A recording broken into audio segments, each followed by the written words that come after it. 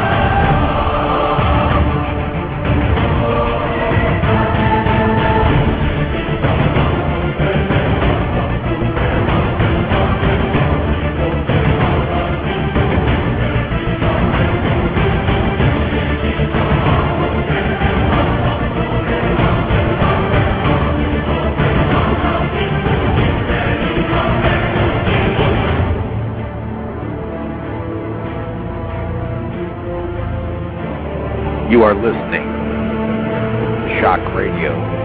We'll be taking live callers from atheists, Christians. It's going to be awesome.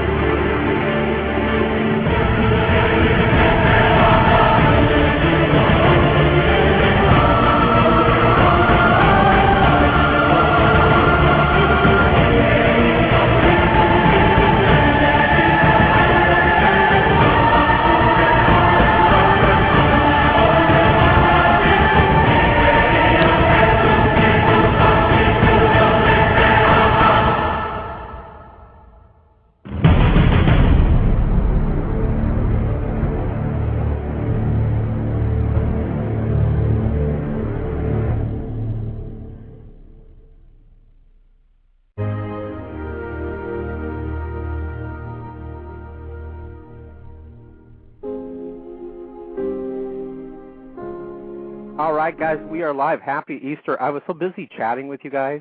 I was like, hey, the show's starting. the music. Hey, welcome to Shock Radio, ladies and gentlemen. I didn't think anyone was going to show because we're doing this show on Easter, and but a lot of people in the chat room already, and it just showed. Usually it takes a while for people to come in, so it should be a good show. As you know, we're going to be taking calls from people, live calls. It's going to be awesome.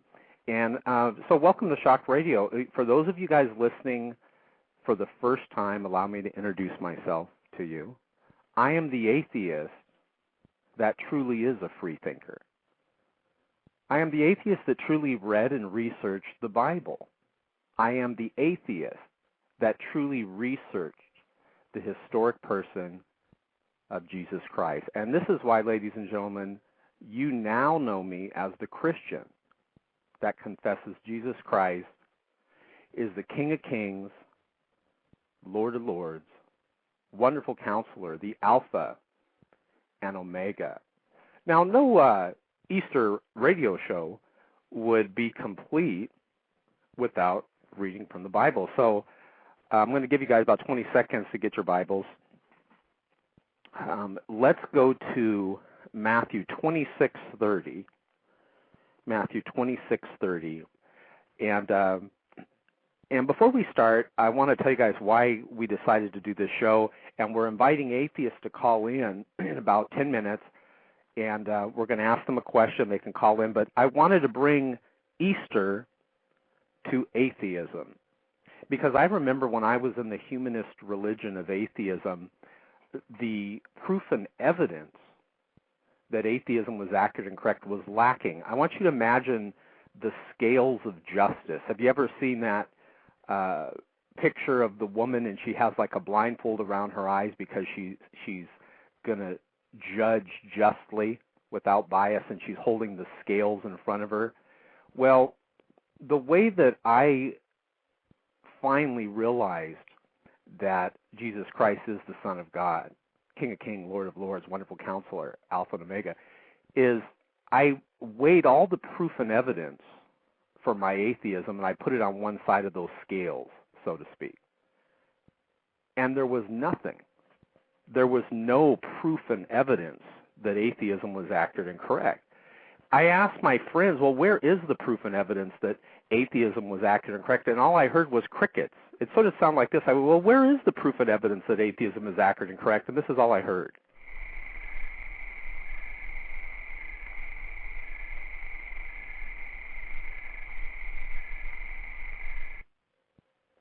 But when I looked at the proof and evidence for Jesus Christ, it was overwhelming. But let's start off this Easter show with Matthew 26:30, and then I'm going to give you guys proof and evidence that Jesus Christ is the Son of God. And I wanted to do a show like this because there's so much proof and evidence out there for Jesus Christ in his literal existence that I've never heard a show where they list it all. And even on this show, we won't be able to cram in all the information, the proof and evidence, because there's so much of it. I could fill up almost four semi-truckload fulls of proof and evidence of Jesus Christ's existence. But then again, when we look at atheism, all we get is. So let's start with Matthew 26:30. For those of you that don't know the story of Easter, the story of Jesus Christ. And when they had sung a hymn, they went out into the Mount of Olives. Then saith Jesus unto them, all you shall be offended because of me this night. For it is written, I will smite the shepherd, and the sheep of the flock shall be scattered abroad. But after I am risen again, I will go before you into Galilee. Peter answered and said unto him, though all men shall be offended because of thee, yet will I never be offended. Jesus said unto him, verily I say unto thee, that this night before the cock crow, thou shalt deny me thrice. Peter said unto him, though I should die with thee, yet I will not deny thee. Likewise also said all the disciples. Then cometh Jesus with them unto a place called Gethsemane, and saith unto the disciples, sit here while I go and pray yonder. And he took with him Peter and the two sons of Zebedee, and began to be sorrowful and very heavy. Then saith he unto them, my soul is exceeding sorrowful, even unto death. Tarry ye here, and watch with me. And he went a little farther, and fell on his face, and prayed, saying, O my Father, if it be possible, let this cup pass from me. Nevertheless, not as I will, but as thou wilt. And he cometh unto the disciples, and findeth them asleep, and said unto Peter, what, could ye not watch with me 1 hour? Watch and pray that you enter not into temptation. The spirit indeed is willing, but the flesh is weak. He went away again the second time, and prayed, saying, O my Father, if this cup may not pass away from me, except I drink it, thy will be done. And he came and found them asleep again, for their eyes were heavy. And he left them and went away again, and prayed the third time, saying the same words. Then cometh he to his disciples, and saith unto them, sleep on now, and take your rest. Behold, the hour is at hand, and the Son of Man is betrayed into the hands of sinners. Rise, let us be going. Behold, he is at hand that doth betray me. And while he yet spake, lo, Judas, one of the 12, came, and with him a great multitude with swords and staves from the chief priests and elders of the people. Now he that betrayed him gave them a sign, saying, Whomsoever I shall kiss, that same is he. Hold him fast. And forthwith he came to Jesus and said, Hail, Master, and kissed him. And Jesus said unto him, Friend, wherefore art thou come? Then came they, and laid hands on Jesus, and took him. And behold, one of them which were with Jesus stretched out his hand, and drew his sword, and struck a servant of the high priest, and smote off his ear. Then said Jesus unto him, Put up again thy sword into his place, for all they that take the sword shall perish with the sword. Thinkest thou that I cannot now pray to my Father, and he shall presently give me more than 12 legions of angels? But how then shall the scriptures be fulfilled that thus it must be?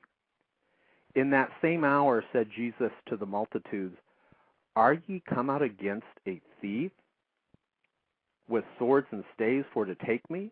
So they're coming out against Jesus as if he's like a thief or something. And Jesus said, I sat daily with you teaching in the temple, and ye laid no hold on me. But all this was done that the scriptures of the prophets might be fulfilled. Then all the disciples forsook him. Remember that part when I'm telling you guys, because we're going to talk about that.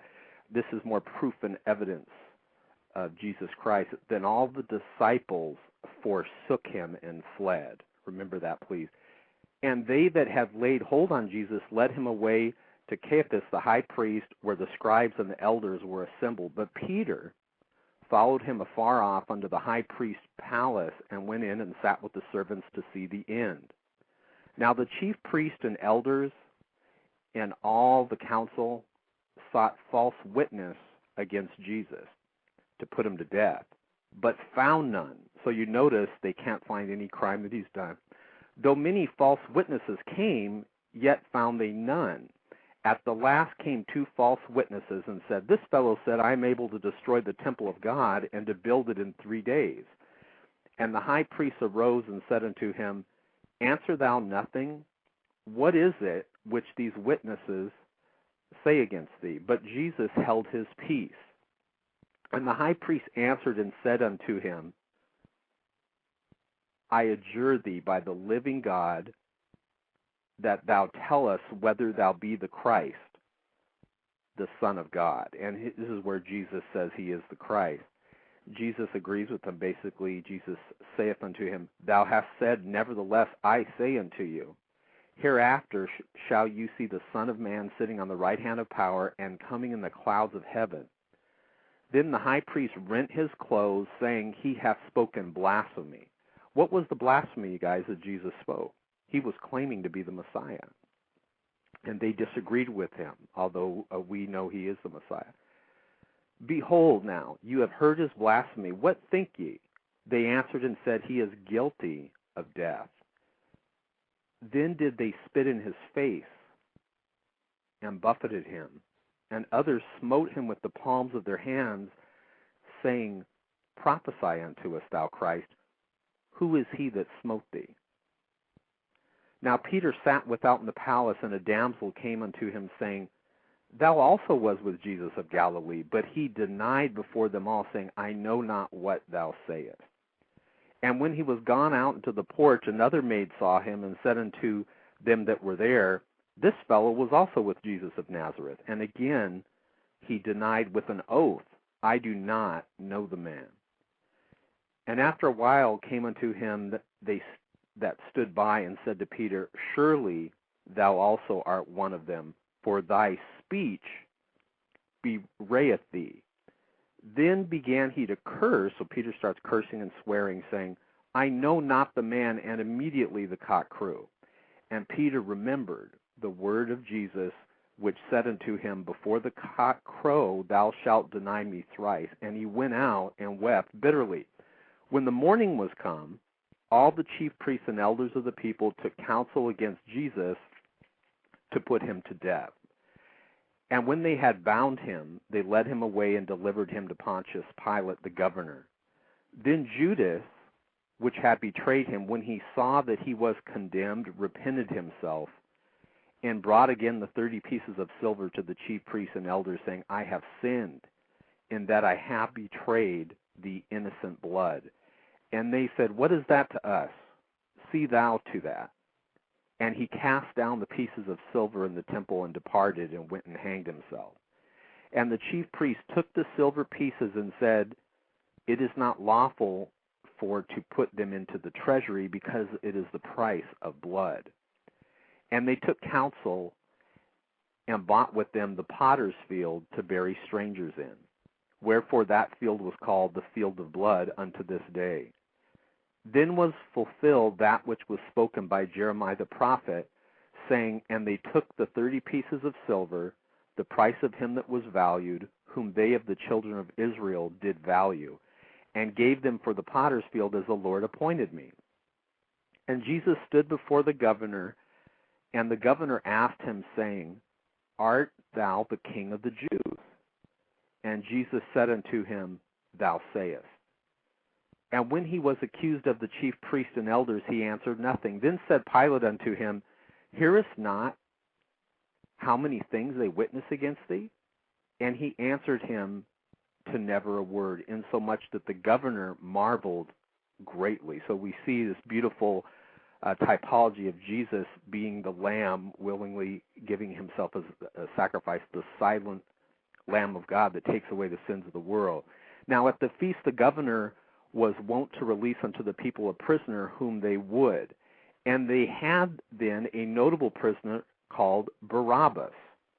And what we're going to see here, you guys, in this passage is you see the prisoner, which is guilty, being released. And Barabbas is a typology of you and I, the sinner basically escaping condemnation, and Jesus is going in our place. Watch this. Check this out. It's really good.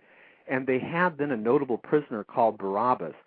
Therefore, when they gathered together, Pilate said unto them, Whom will ye that I release unto you, Barabbas or Jesus, which is called Christ?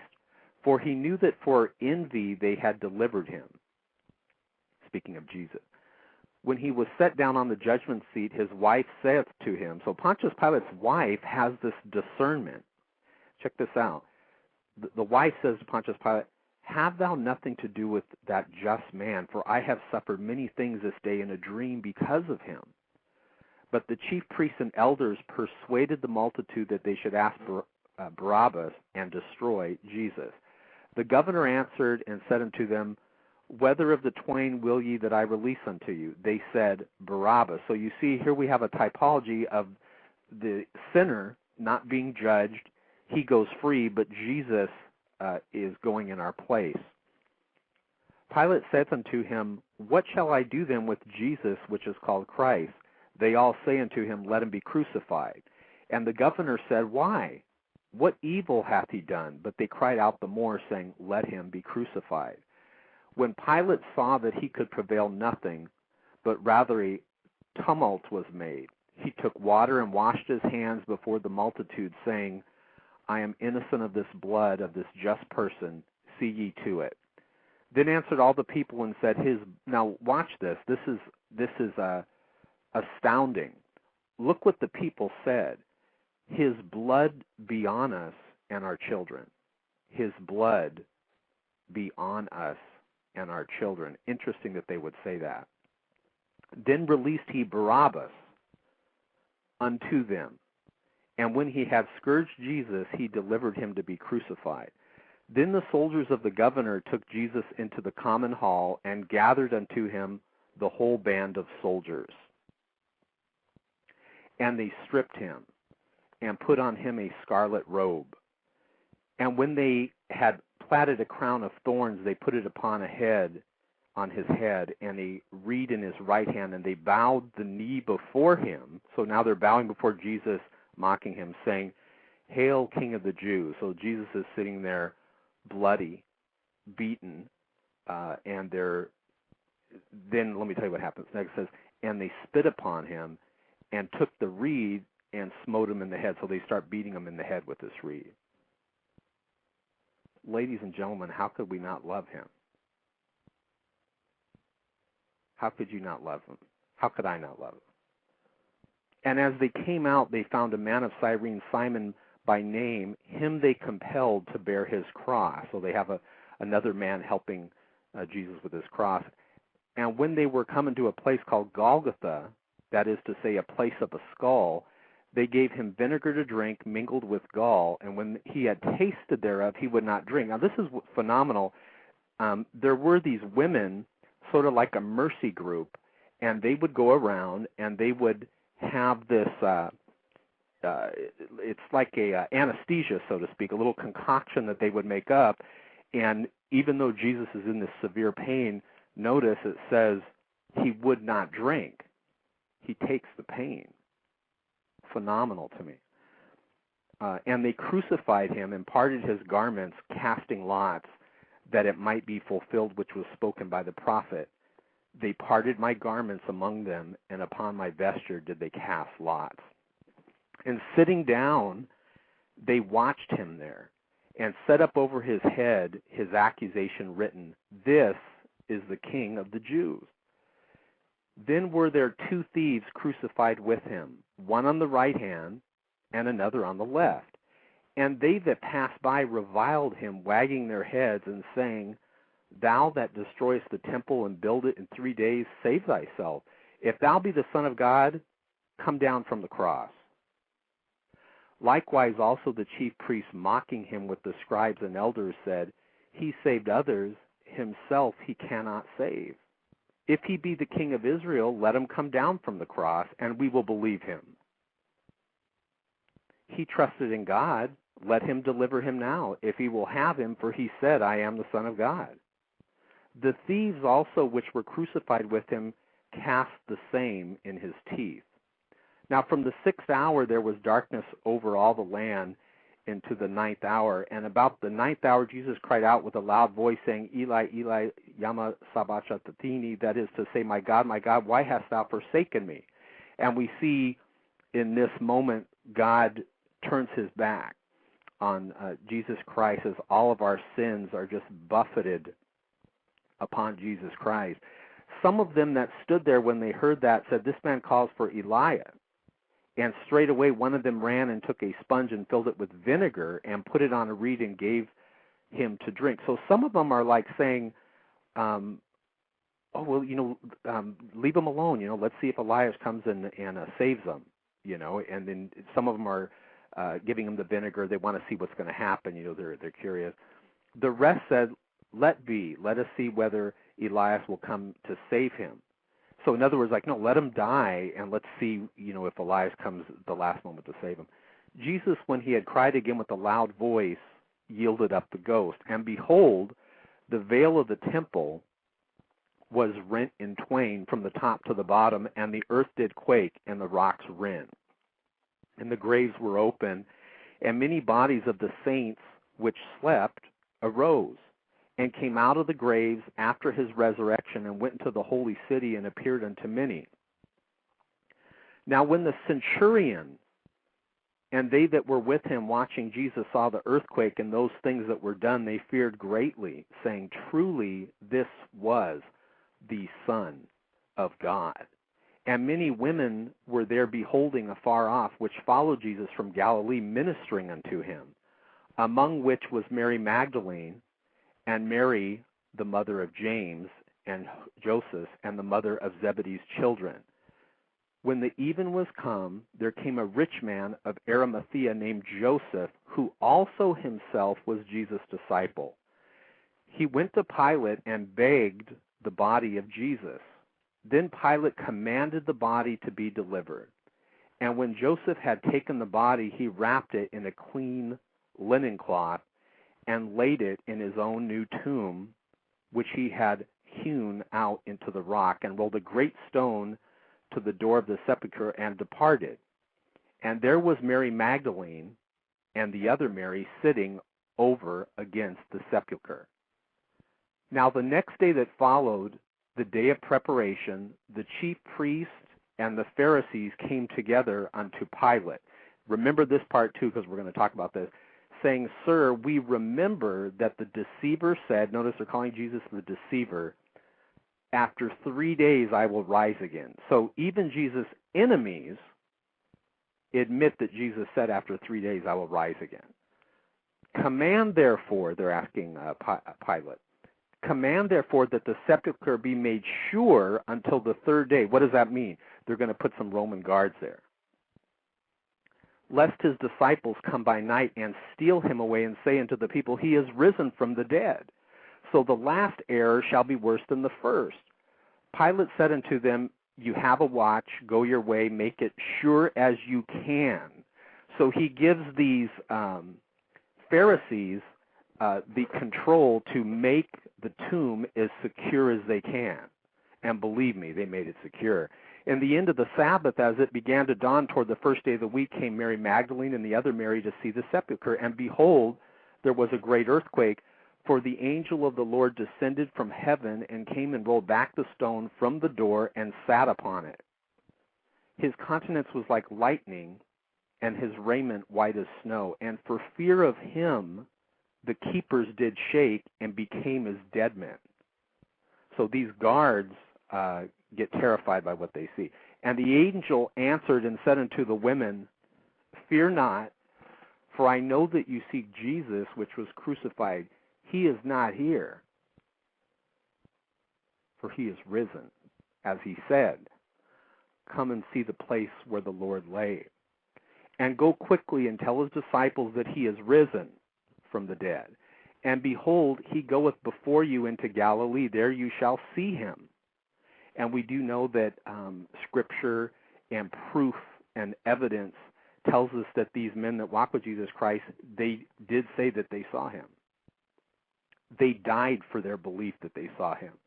"I have told you," and they departed quickly from the sepulchre with fear and great joy, and did run to bring his disciples word. And they went to tell his disciples, behold, Jesus met them, saying, All hail. And they came and held him by the feet and worshipped him. Now you notice people say, oh, Jesus was just a man. Why would Jesus allow himself to be worshipped as God? He is God. The disciples never allowed themselves to be worshipped, but notice here they are at Jesus' feet worshiping him. Then Jesus said unto them, Be not afraid. Go tell my brethren that they go into Galilee, and there shall they see me. Now when they were going, behold, some of the watch came into the city and showed unto the chief priest all the things that were done. And when they were assembled with the elders and had taken counsel, they gave large money unto the soldiers, saying, Say that his disciples came and stole him away while we slept. And if this come to the governor's ears, we will persuade him and secure you. In other words, if you get in trouble with the governor, we'll back up your lie. That's what they're saying. So they took the money and did as they were taught, and this saying is commonly reported among the Jews until this day. Then the 11 disciples went into Galilee, into a mountain where Jesus had appointed them. And when they saw him, they worshipped him, but some doubted. And Jesus came and spoke unto them, saying, All power is given unto me in heaven and earth. Go ye therefore and teach all the nations, baptizing them in the name of the Father, and the Son, and of the Holy Ghost, teaching them to observe all the things whatsoever I have commanded you. And lo, I am with you always, even unto the end of the world. Amen. Now, we're going to be taking some live calls in a moment, and I know we're going to have tons of people calling in because I see the chat room is packed. But let's talk about what some of the skeptics say about what happened with Jesus' body. First of all, a common thing that skeptics will say, and they're wrong, like a lot of atheists will say this, and they're totally wrong. They'll say, well, the disciples stole the body. Sort of like what the Pharisees were saying as they bribed the soldiers and said to say that. If you really study these Roman soldiers, these were tough dudes. You cannot go ahead and overcome the Roman soldiers. It doesn't make logical sense that the disciples would all of a sudden get brave. When Jesus was alive, even when he was alive, they had scattered. Why would they now get brave for a corpse? Doesn't make sense, does it? It is illogical that the disciples would take on these very brutal and highly skilled Roman guards. But so that doesn't work. That excuse that the disciples stole the body doesn't make sense. Now, the other thing that skeptics will say is, well, the Pharisees and the chief priests took the body. Okay, let's say they did that. Then why didn't they hold up the corpse of Jesus and say, no, he didn't rise? Because all the disciples are going around saying they've seen Jesus. Why didn't the disciples hold up the corpse and say, here he is, look, you're lying? They didn't do that, did they? Because they didn't have the corpse. He is risen. Now, then we got other skeptics that say, well, Jesus survived the crucifixion, which is the most ridiculous thing that I've ever heard. Not to mention, we have the Roman soldiers' account where they verified that he was dead on the cross. Remember, they went to break Jesus' legs, and he was already dead. Now, the skeptics have another problem. These previous disciples that fled in fear and terror when Jesus was alive and they left Jesus, all of a sudden, history shows that they say that they've seen Jesus alive. That is irrefutable proof. That history has showed that. Peter, for example, who previously denied Christ before Christ even went to the cross, now that Christ is dead, suddenly gets emboldened over a corpse, over a dead corpse? Doesn't make logical sense, does it, ladies and gentlemen? He is risen. Peter gets emboldened, and nothing stops him from preaching.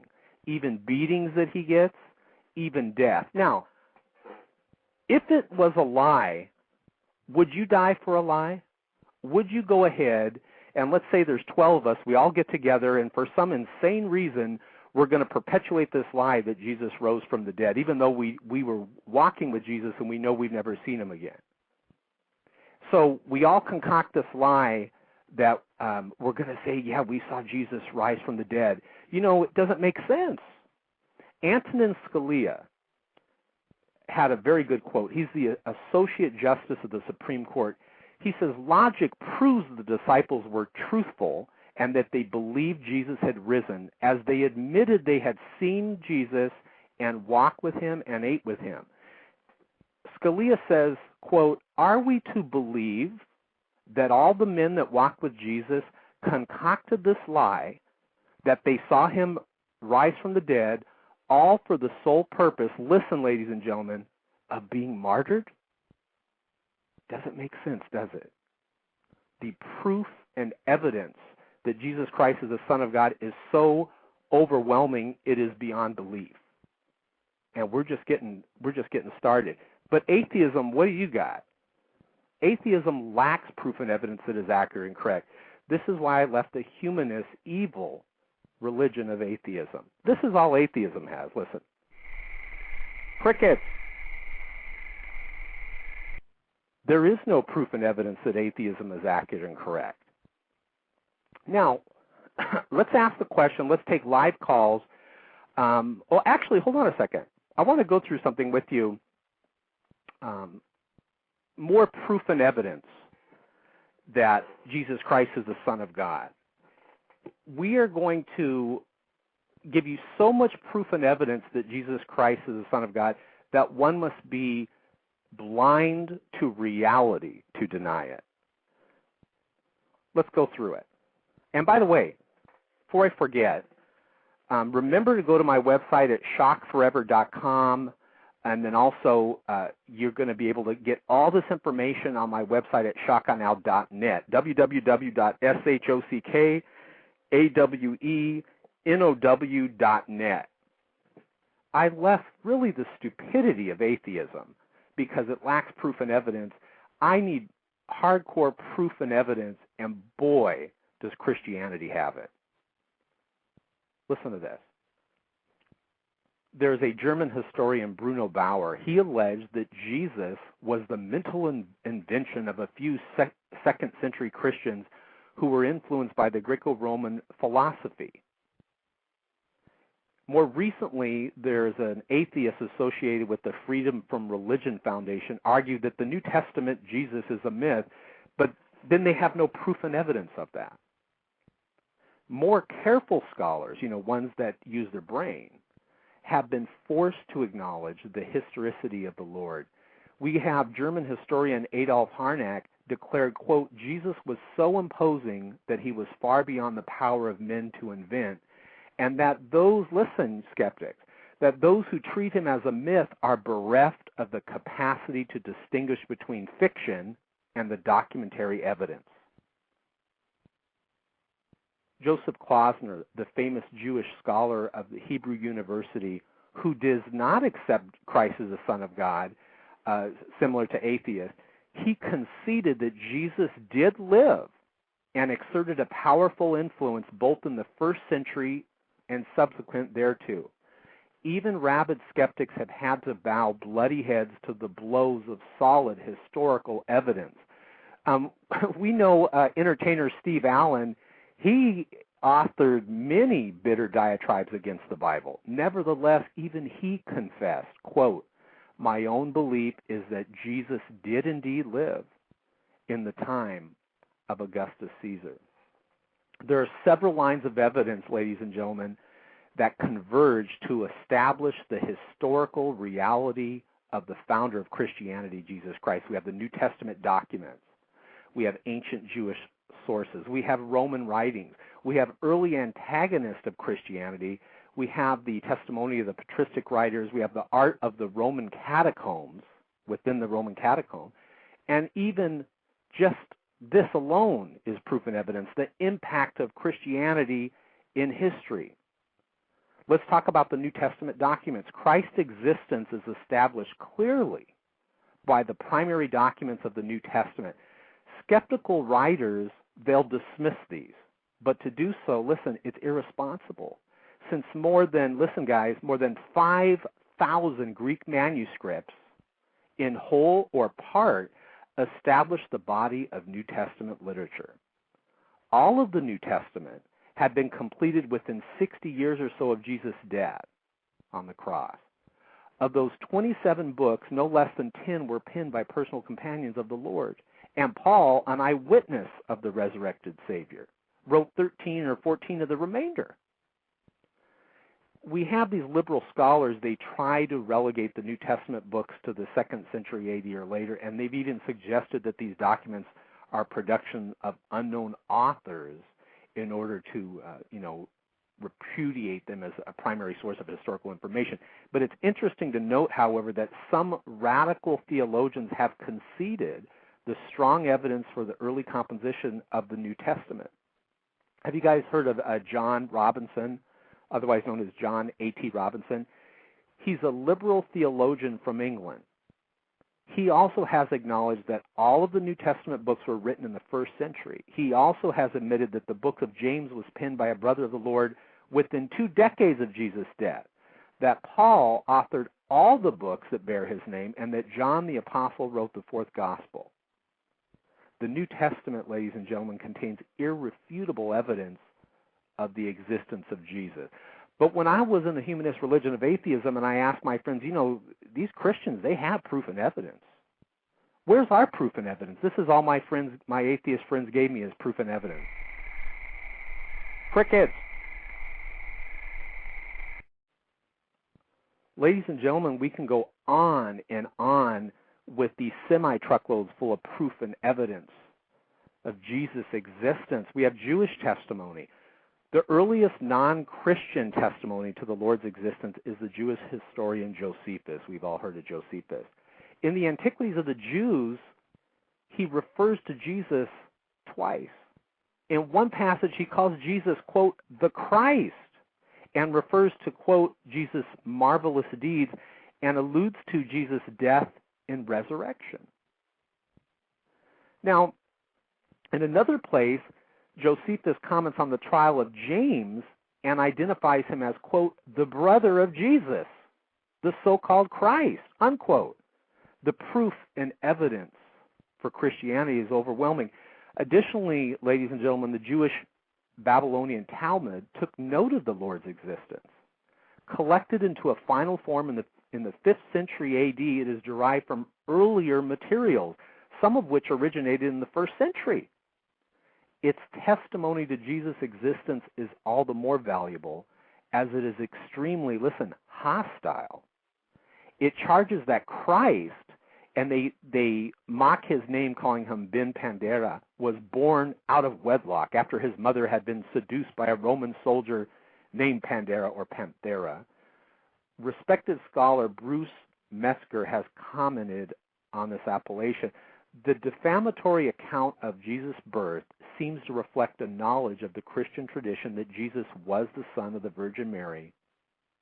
The Greek word for virgin, Parthenos, being distorted into the name Pandera, Pandera.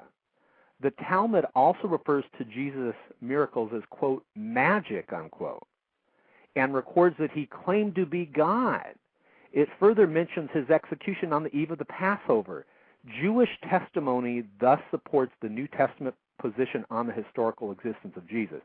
We have other Roman sources. I can go on and on and on, but atheism. Where is the proof and evidence that atheism is accurate and correct? All we hear is crickets. I'm not going to play the cricket sound. We have, I won't go through, I have so much in front of me, but we have Celsus, who's actually a pagan philosopher that talks about Jesus Christ. We have Lucian of Samosata. He was called the Voltaire of Grecian literature. He wrote against Christianity more with patronizing contempt than volatile hostility. He said, quote, Christians worship the well-known sophist who was crucified in Palestine because he introduced new mysteries. He never denied the existence of Jesus. When you guys have time, go to www.shakanow.net and you can see all this, SHOCKAWENOW.net. I'm going to have it up also when the show's over. We have the patristic writers. The patristic writers authored significant works between the end of the 1st and 8th centuries. These are so-called church fathers. They produce volumes important to understanding the changes occurring to the Christian religion during the post-apostolic age and testify profusely to the historical Christ. You heard of Polycarp. He talks about the Roman catacombs. Beneath Rome, you guys, there's like a maze of galleries that actually served as tombs and secret places of worship during, Christian persecution for the early Christians. It has been estimated that there are some 600 miles of these subterranean passages representing 1,175,000 to 4 million graves. The catacomb vaults are filled with artwork which testifies to the deep faith in Christ that was embraced by legions in the capital of the Roman Empire. I can go on and on and on. For example, Jesus was prophesied to come from the seed of Abraham in Genesis 17:7, 22:18. He fulfilled that prophecy in Galatians 3:16. He was prophesied also comes from the seed of David in Psalms 13:2-11, Jeremiah 23:5.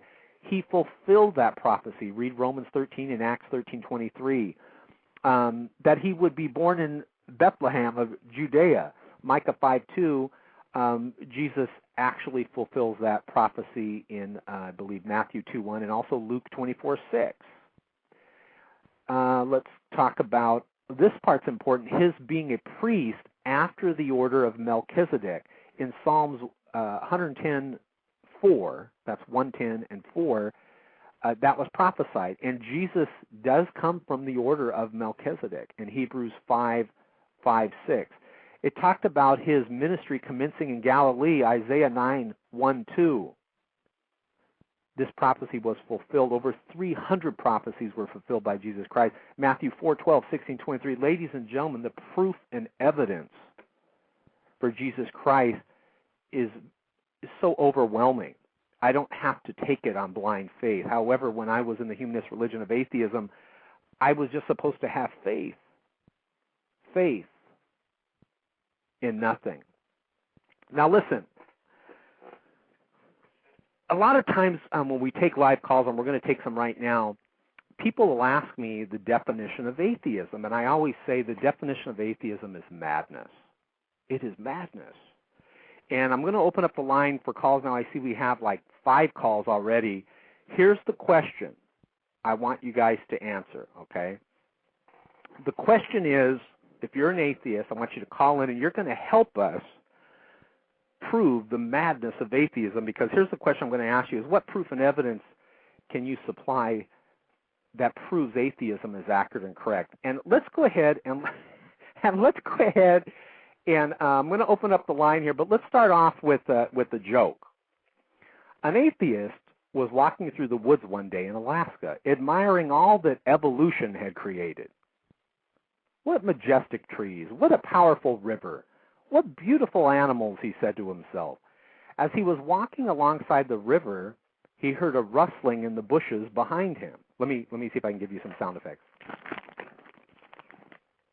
Paper doesn't make good bush sound. Turning to look, the atheist sees a 13-foot brown bear beginning to charge towards him. He ran as fast as he could down the path. He looked over his shoulder and saw that the bear was rapidly closing on him. Somehow he ran even faster, so scared that tears came to his eyes. He looked again and the bear was even closer, his heart pounding in his chest.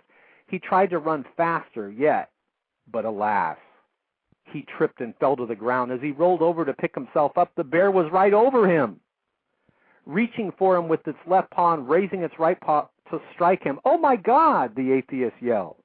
Time stopped. The bear froze. The forest was silent. Even the river stopped moving. As a brilliant light shone upon the man, a thunderous voice came from all around. "You deny my existence for all these years? Teach others that I don't exist? And even credit creation to some cosmic accident? Do you expect me to help you out of this predicament? Am I to count you as a believer?" I'm trying to do like God's voice, I'm sure. No offense, God. That's the best I could do. Difficult as it was, the atheist looked directly into the light and said, "Well, it would be hypocritical." I'm doing the atheist. "It would be hypocritical to ask to be a Christian after all these years, but perhaps you can make the bear a Christian." "Very well," said God. The light went out. The river ran. The sounds of the forest resumed. And the bear, now I got to do the bear's voice. And the bear dropped down on his knees, brought both paws together, bowed his head, and spoke, "Lord, thank you for this food which I am about to receive." Okay, one more. A Christian lady who lived next door to an atheist. She always used to pray every day. The atheist guy would hear her. He thought to himself, that lady sure is a crazy lady praying all the time like that. Doesn't she know there isn't a God? Many times while she was praying, he would go to her house and harass her, saying, "Lady, why do you pray all the time? Don't you know there's no God?" But she kept on praying. One day she ran out of groceries. As usual, she was praying to the Lord, explaining her situation and thanking him for what he was going to do. As usual, the atheist heard her praying and thought to himself, "I'll fix her." He went to the grocery store, bought a whole bunch of groceries, took them to her house, dropped them off on the front porch, rang the doorbell, and then he hid in the bushes to see what she would do. When she opened the door and saw the groceries, she began to praise the Lord with all her heart, jumping, singing, and shouting everywhere. The atheist then jumped out of the bushes and told her, "You old crazy lady, God didn't buy you those groceries. I bought those groceries." After hearing this, she broke out and started running down the street, shouting and praising the Lord. When he finally caught her, he asked what her problem was. She said, "I knew the Lord would provide with me some groceries, but I didn't know he was going to make the devil pay for them." By the way, you guys, I'm going to open up the lines now. Boy, we got so many lines going. This reminds me of an actual news event. Absolutely hilarious. And I actually heard this on the radio. These atheists, this isn't a joke what I'm about to tell you. It's funny, but it's actually true. These atheists got together and they decide that they're going to do something good for society, because, you know, atheism has a horrible reputation in society. A recent study showed they're the most distrusted people in society. I'm just reporting the news. I'm just the messenger. Don't shoot me. But it said atheists tend to be the most distrusted people in society. I have the report on that. And so they saw this report and they said, we got to do something good, because, you know, where are the atheist hospitals? Richard Dawkins doesn't spend money making hospitals. He spends his money putting signs on bus benches that says, well, God may not exist. And by the way, remind me to tell you something funny about Richard Dawkins on a billboard he made where they did a typo. It was hilarious. But anyways, so these atheists say, you know what we got to do is we got to improve this image of atheism because most people think it's evil. We got to improve it. There are no atheist hospitals. If there are, they're rare. Usually it's St. Jude or like a Catholic Protestant Christian house. So what they did, they had a very noble idea, and I'm not making this up, it's an actual true story. They got these shirts on that said atheist, and they said, let's go help the homeless, and we'll give them some toiletries like deodorant, toothpaste, toilet paper, stuff like that. And so they go down to the park where these homeless people hang out, and they gave these toiletries to the homeless. I'm not making this up. The homeless people start hugging the atheist, saying, oh, God bless you, and praise God, and they're praising God. Now, at first when I heard that, I started laughing. I said, you can't write comedy like this. If that doesn't prove that God has a sense of humor.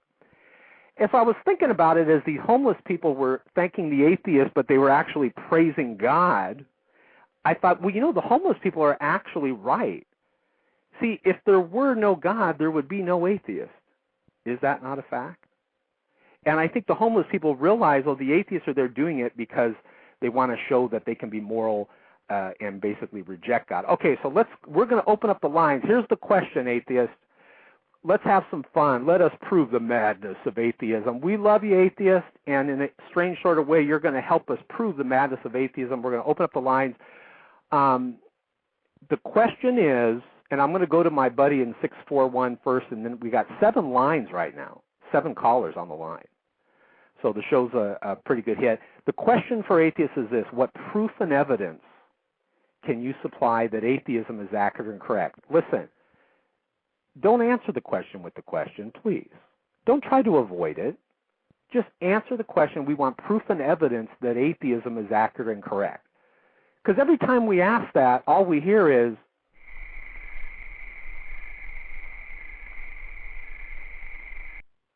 okay, let's open up the lines. This should be fun. You guys ready?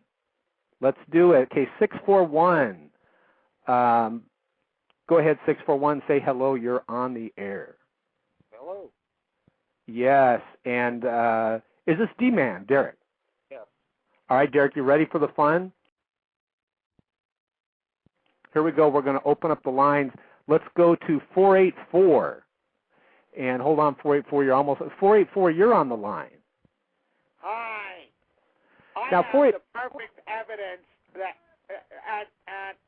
and okay, the Easter Bunny. All right, you're all out here, Easter this and Easter that, and there is no Easter Bunny. So if there's no Easter Bunny, then that means that there is no God too. Okay, so there's evidence, Mr. Shock. So smart you are. Okay, so basically, if there's no Easter Bunny, there's no God. That's your theory. Let's bring 57. I suppose you're going to tell me about a pink unicorn now, too, right? Now, let me ask you something, and hold on, 570. I see you there. 484, can I ask you a question? Have you ever believed in Santa Claus before? Well, I used to when I was little. I believed in Santa Claus, but that was a lie. Now, and so... Go ahead. No, you said not to ask any questions. Okay, I was just going to say, well, the thing is I have a theory that Santa Claus causes atheism. So, in other words, because I've noticed atheists always talk about Santa, they go, well, maybe you believe in Santa. So, without pouring salt in your wound, would you say you were pretty sad when you found out that there was... Now, are you an atheist, 484? Yes. Okay, I'm assuming so. Were you pretty sad when you found out that there was no Santa? Well, wouldn't you be sad if you found out there was no Santa, Mr. Shock? Yes, I guess so. Now, hold on, 484. You can stay on the line if you want. Let me bring in... I think I've proven my point. Okay, sir, thanks for... You have proven that atheism is mad. You have nothing. Okay, let's go to... Let's go to 415. Hold on, 415. I'm trying to bring 415 in, and it's not letting me. Oh, there you are. There you are. Okay, 415. You're on 415. Hi there. Hi. Did you want to try, what did you want to say, or did you want to try answering that question? Well, I was just curious because you keep referring to atheism as a religion, but I was wondering if you believe that that's because it is a religion. Possible. Well, okay, let's assume that it is a religion. Because it is. If it is, then is it possible to live your life without religion then? Well, if you're saying is it possible to live your life without religion, you mean on this planet? Well, or do you mean it for eternity? The thing about being an atheist is that you tend to believe that this is the only life that you've got. So you're assuming that you're right, but there are other people out there who... I'm not assuming that. Well, okay, maybe you're not, but... I know I'm not. Well, let me ask you this. Are you an atheist? Yes, I am. I'm sorry? I am. No, I know. I heard you. I'm just sorry that you're an atheist. Okay, now listen. Let me ask you this question. Because, see, I used to be in the humanist religion of atheism. By the way, you brought up a good thing out of respect to you, and by the way, Happy Easter. Have you got into any Peeps or chocolate bunnies yet? No, I haven't. I've had a cavity. Oh, okay. Here's the thing, man. I used to be an atheist, and, the courts have ruled that atheism is a religion. Now, it might be kind of a silly religion, which I do think it's silly, but, everyone has free will. They can believe in Santa Claus, unicorn, spaghetti monster if they want. But the problem I had is there was no proof and evidence that atheism was accurate and correct. So this is why the whole thing about atheism is that it doesn't ask for proof and evidence. Yes, you're absolutely right.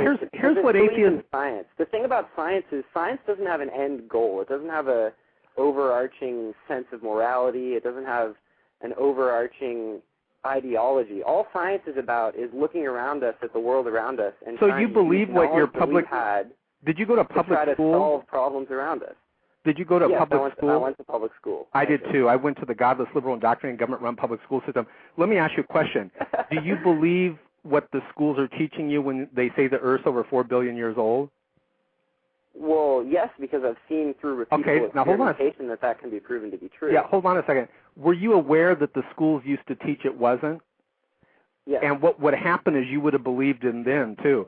Do you guys know, everyone listening, that the public schools, they constantly change? Now, here's the thing. Let's say you and I were in school, right? And you know this is true because I went to the godless, government, liberal, indoctrinating, government-run school system also. If we don't answer the question right on the test, they give us an F, right?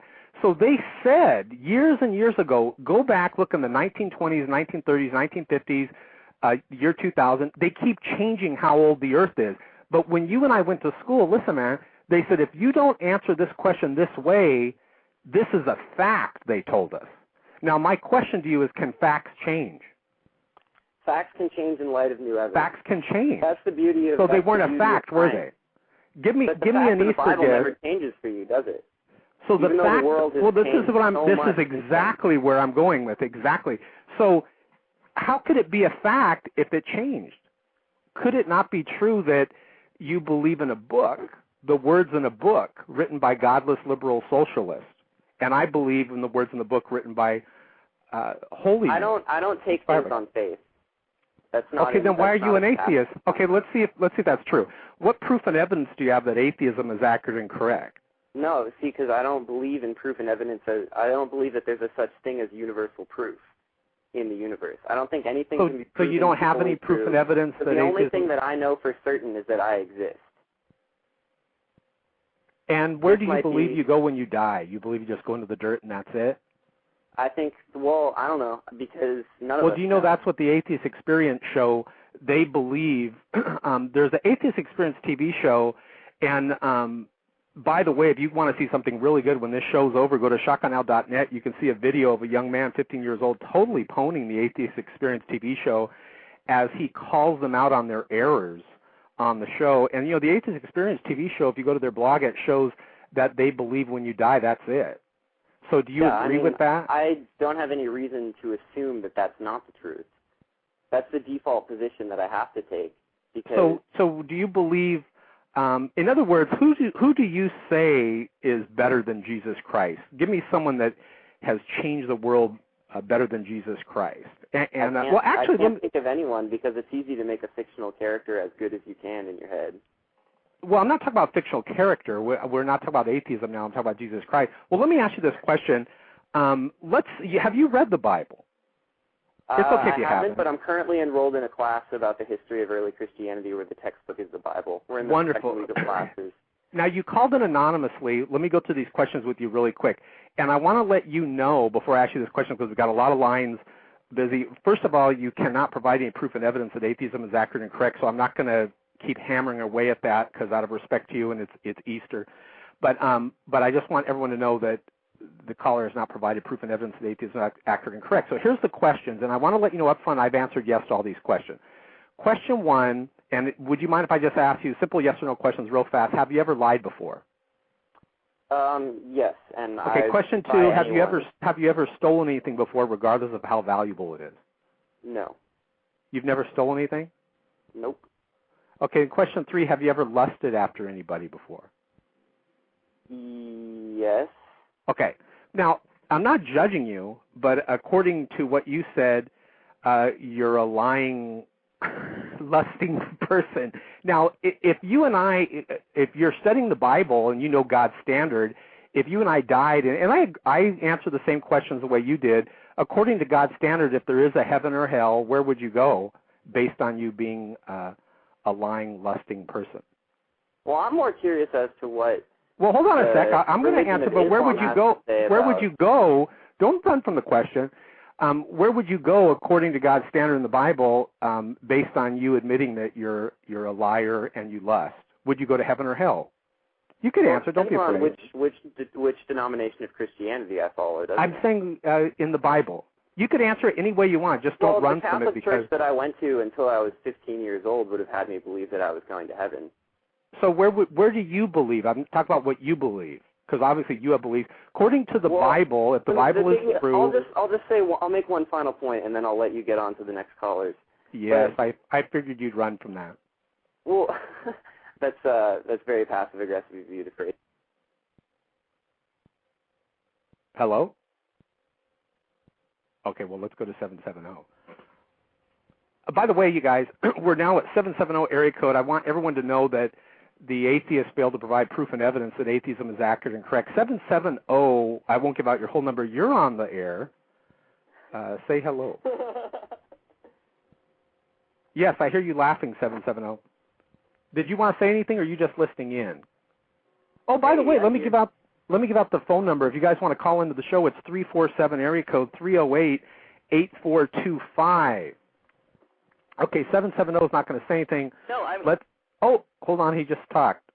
Hold on, 770, I'm bringing you back. Hello? Okay, you're back on. I'm sorry, I have a bunch of calls, 10 lines going. 770, are you an atheist? I am an atheist. Okay, great. Let me ask you this question. Listen, hold on a sec. 770, hold on. Let me ask you a question. What proof and evidence can you provide that atheism is accurate and correct without avoiding the question? Ready, go. The first law of thermodynamics says that matter cannot be created or destroyed. So there can't be a creator because matter cannot be created.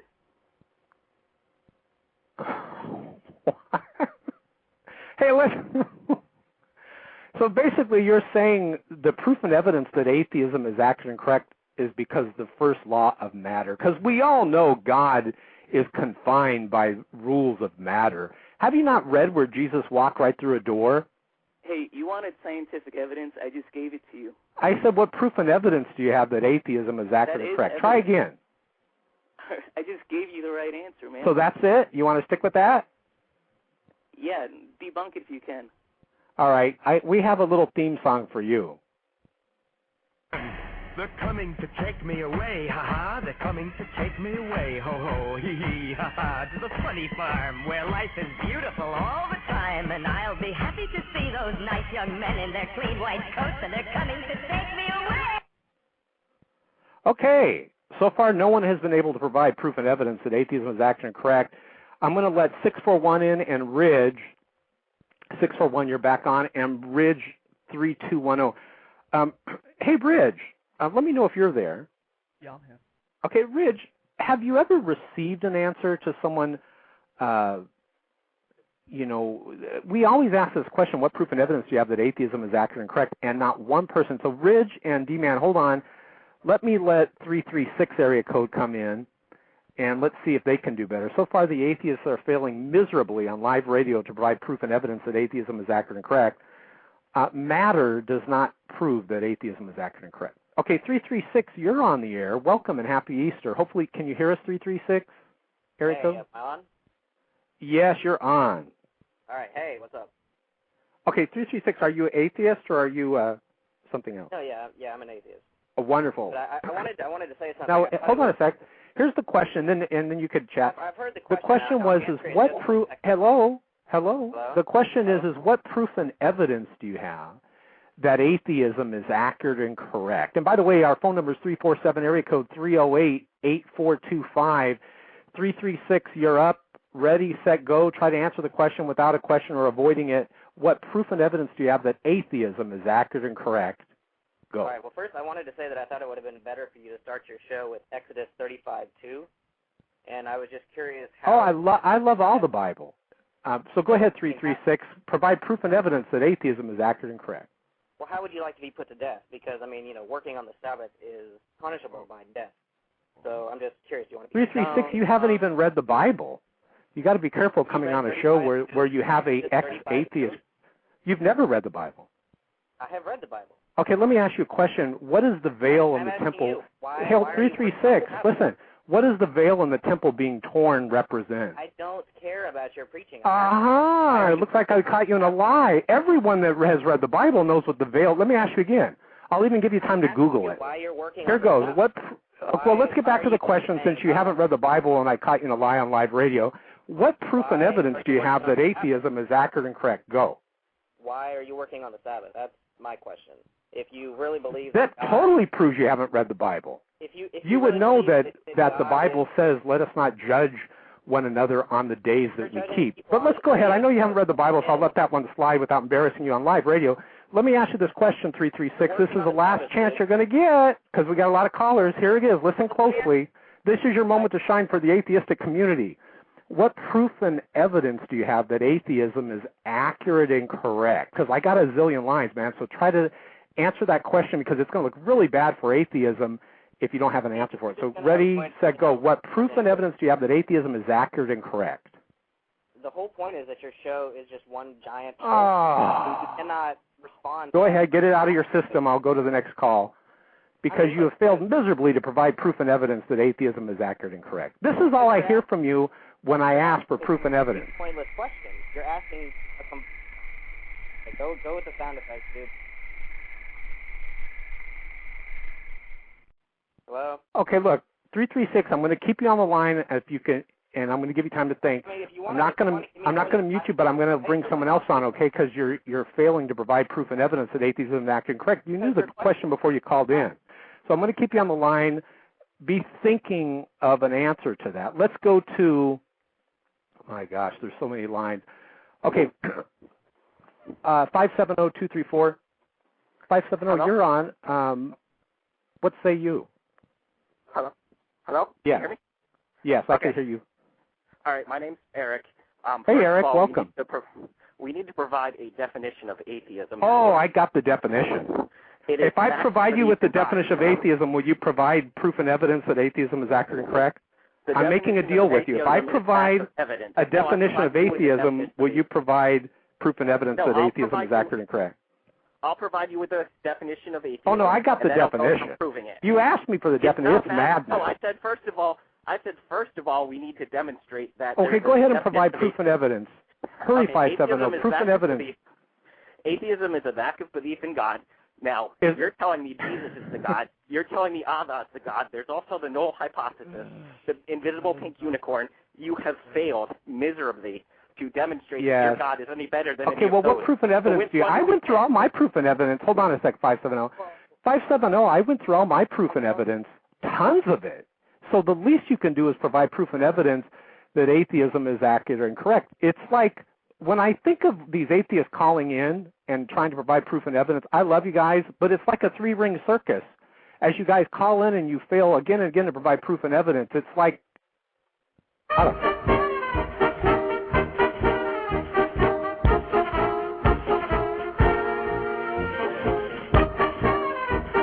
Ladies and gentlemen, step right up.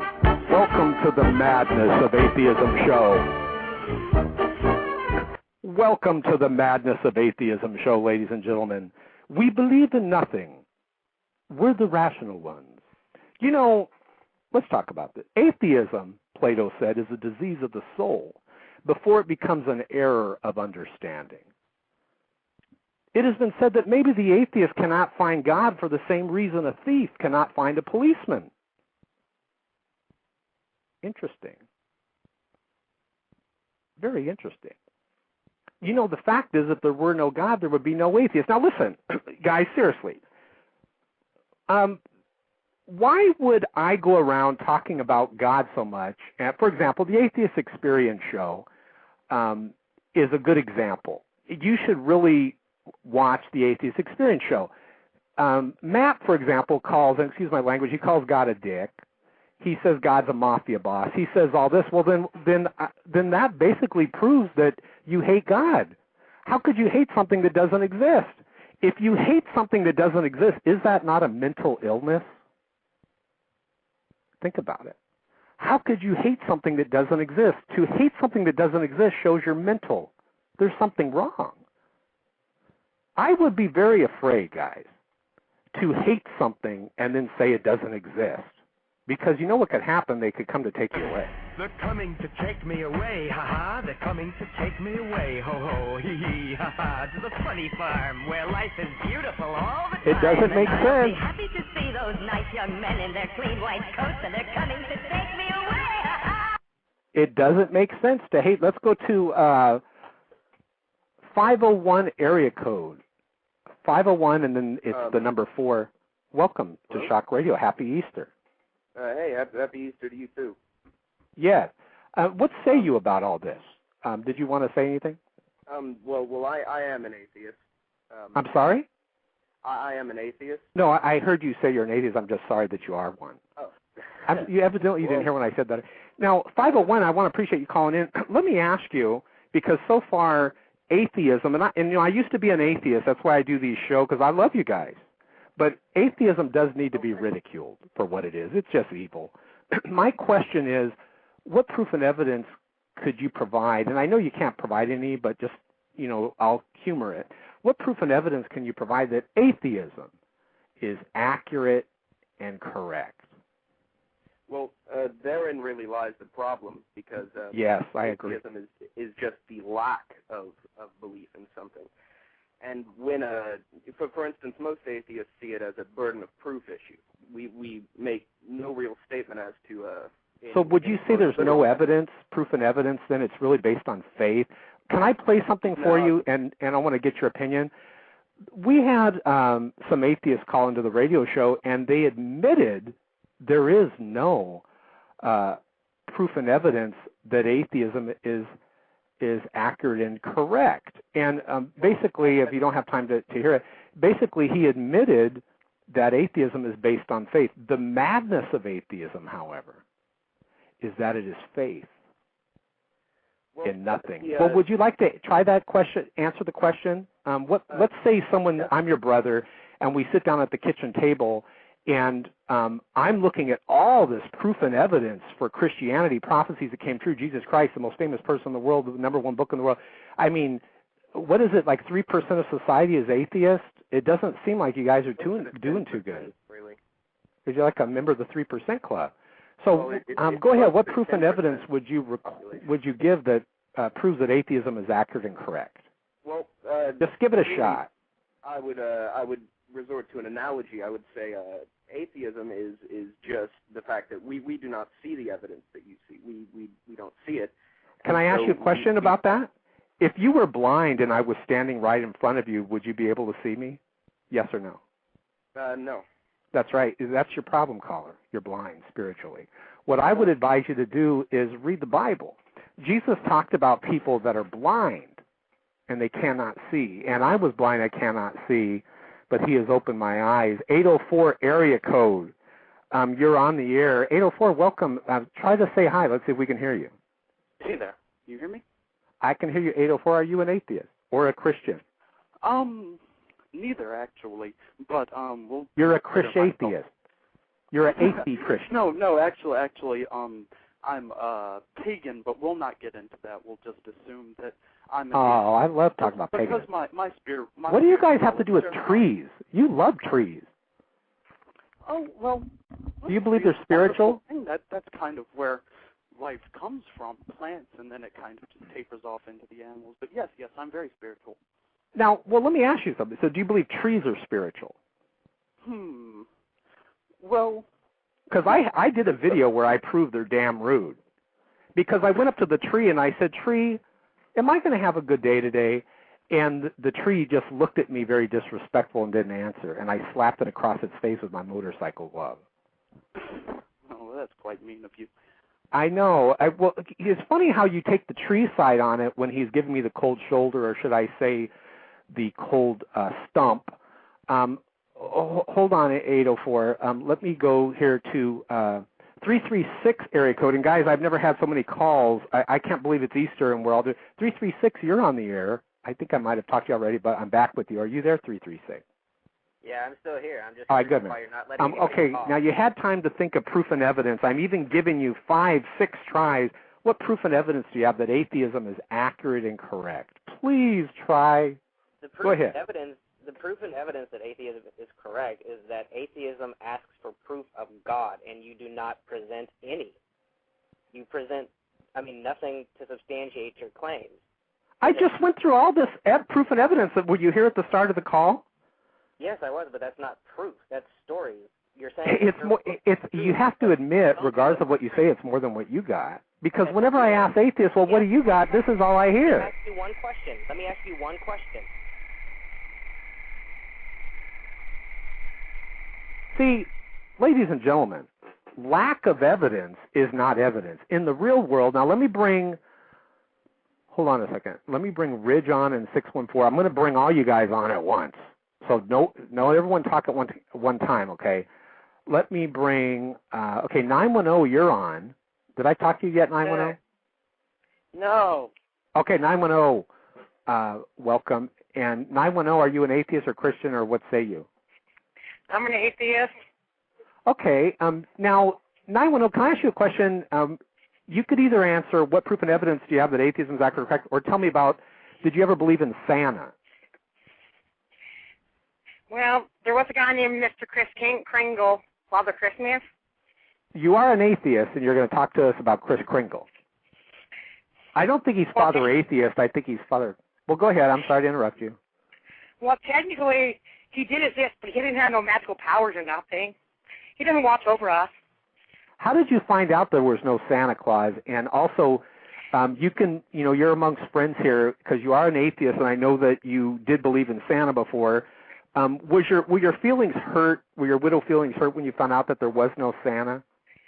I always knew there was no Santa. Oh, okay.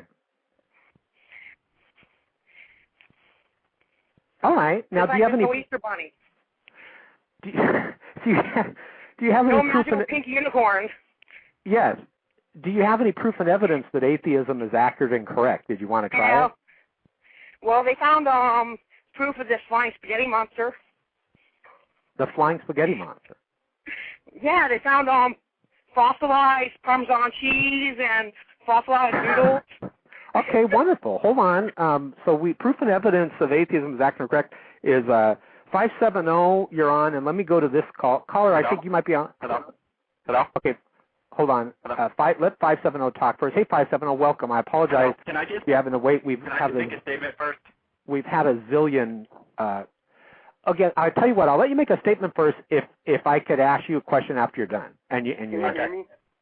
Okay. Yeah, My hold on. statement is. Yeah. Hold on. I had to mute. Oh, hold on a second. I mute. Sorry about that. Go ahead, 570. I had to. Okay. I'm going to make my statement. I just want to make sure that you won't let me finish my proof before you cut me off. Is that okay? Yes. Okay. I know it's a trap, but I'm ready for anything. Okay, so let me finish. I'll tell you when I'm finished, okay?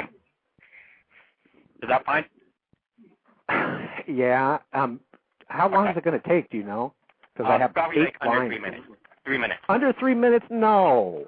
No, here's what I want. I just want to know. I'll tell you what. If you answer the question, I'll let you make your statement. Deal? So the question is what proof and evidence do you have that atheism is accurate and correct? Answer that, and then I'll give you more than 3 minutes. If you can provide proof and evidence that atheism is accurate and correct. So get ready.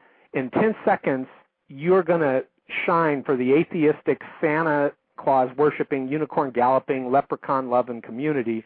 What proof and evidence do you have that atheism is accurate and correct? Answer that first, because atheists always want to go off, where is the proof and evidence? Why is every atheist wanting to go off on a tangent and make statements? No, in the real world, we don't make decisions based on statements or opinions. Listen, 570 caller, I want proof and evidence that atheism is accurate and correct. So go ahead, man. Happy Easter. So the first thing I'm going to state is that how we judge things is by the best available evidence that we have available. So exactly. So where is the proof and evidence that atheism is accurate and correct? I want to know about atheism since you're the atheist. So I'm going to say that I'm not going to special. I'm going to say that I do not special feed anything. Okay. What? I'm going to say I do not special feed. There's all the gods have books. All that has the same books. Have you read the 570? Let me ask you an honest question. Have you read the Bible? Yes, and have you read Matthew 5? Okay, then let me ask you this. If you've read the Bible, what is the veil in the temple being torn? Okay. No, what does the veil in the temple represent? Sounds like your friend's getting upset. What does Matthew 5:17? What is the veil? I'm going to answer it. You said, what does the veil in the temple represent? Hello, McFly. Ladies and gentlemen. Obviously, the atheist has no proof and evidence that atheism is accurate and correct. Take me away, ha-ha, they're coming to take me away, ho-ho, hee-hee, ha-ha, to the funny farm where life is beautiful all the time. And I'll be happy to see those nice young men in their clean white coats, and they're coming to take me away. Yes, ladies and gentlemen, the madness of atheism. Okay, I'll give you one last chance. What proof and evidence do you have that atheism is accurate and correct? All right, he's not going for it. I gave him a chance. Okay, let's go back. 641, you're on. Let's go to, hold on. Okay, there's a caller. It says 11. Hold on a second. I clicked it wrong. Hello? Okay, there's a caller that says 111, which you're probably on a headset or Skype. Go ahead, 111. Try saying hello. I just opened you a line. Hey, here. can you hear me? Yeah, I'm getting feedback, so let me see. Ridge, is there a way you can mute? I've got my radio. Okay, there you go. Now you're good. 111 or whatever, whoever's talking to me, are you an atheist? Yes, I'm an atheist. Okay, and let me ask you something, because I was an atheist too, and I know how it is to believe in nothing. What proof and evidence can you give that atheism is accurate and correct? And Happy Easter, by the way. How much chocolate have you eaten so far? Happy Easter to you. I just had a Snickers bar, 2 Twix bars. Yes, very good. Have you been having lots of chocolate? Very good decision on the candy bar. I'm a Reese's peanut butter cup type. All right, sorry. What was the question again? Oh, the question was, what proof and evidence can you give? Because the start of the show, I went on, I think about an hour, evidence. and I haven't even asked the question yet. Hold on. The start of the show, I went on for, hello, sir. Hold on a second. I'm sorry. Hang on. No, it's okay. We have a delay. I know it's not your fault because you're on a headset. It's a delay. The start of the show, I went through a gazillion different facts, proof and evidence of why I left the humanist religion, the humanist evil religion of atheism, and because it lacked proof and evidence. I was just supposed to believe in nothing, which is really irrational. But my question for you is, and here's a question, what proof and evidence can you give? Please listen to the question because everyone always answers the wrong question. What proof and evidence can you give that atheism is accurate and correct? Go ahead, man.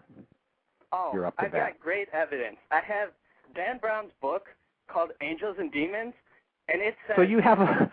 When was the book written? Atheists and believers can coexist. When was and both be right. Yes. Isn't that amazing? Yeah. Well, but that wasn't the question. that wasn't the question, but I do appreciate you bringing up the book. But I'm going to keep you on. Let me give you another chance because you didn't even answer the question. You talked about some book. You're probably the author. I'm kidding. What proof and evidence do you have that atheism is accurate and correct? Brown. I'm just kidding you. What proof and evidence do you have that atheism is accurate and correct? Can you hear the question, by the way? Baba booey, baba booey, baba booey, yes. baba booey, baba booey. Keep doing it, man. I could tell the Twix is hitting your pancreas already, all the sugar. Okay, Baba Booey. Baba Booey is, why is it every time I ask atheists for proof and evidence, all we hear? Okay, Baba Booey. Let's go to, guys, I've never had so many calls as we have on this show. The phone line, 804, you're on.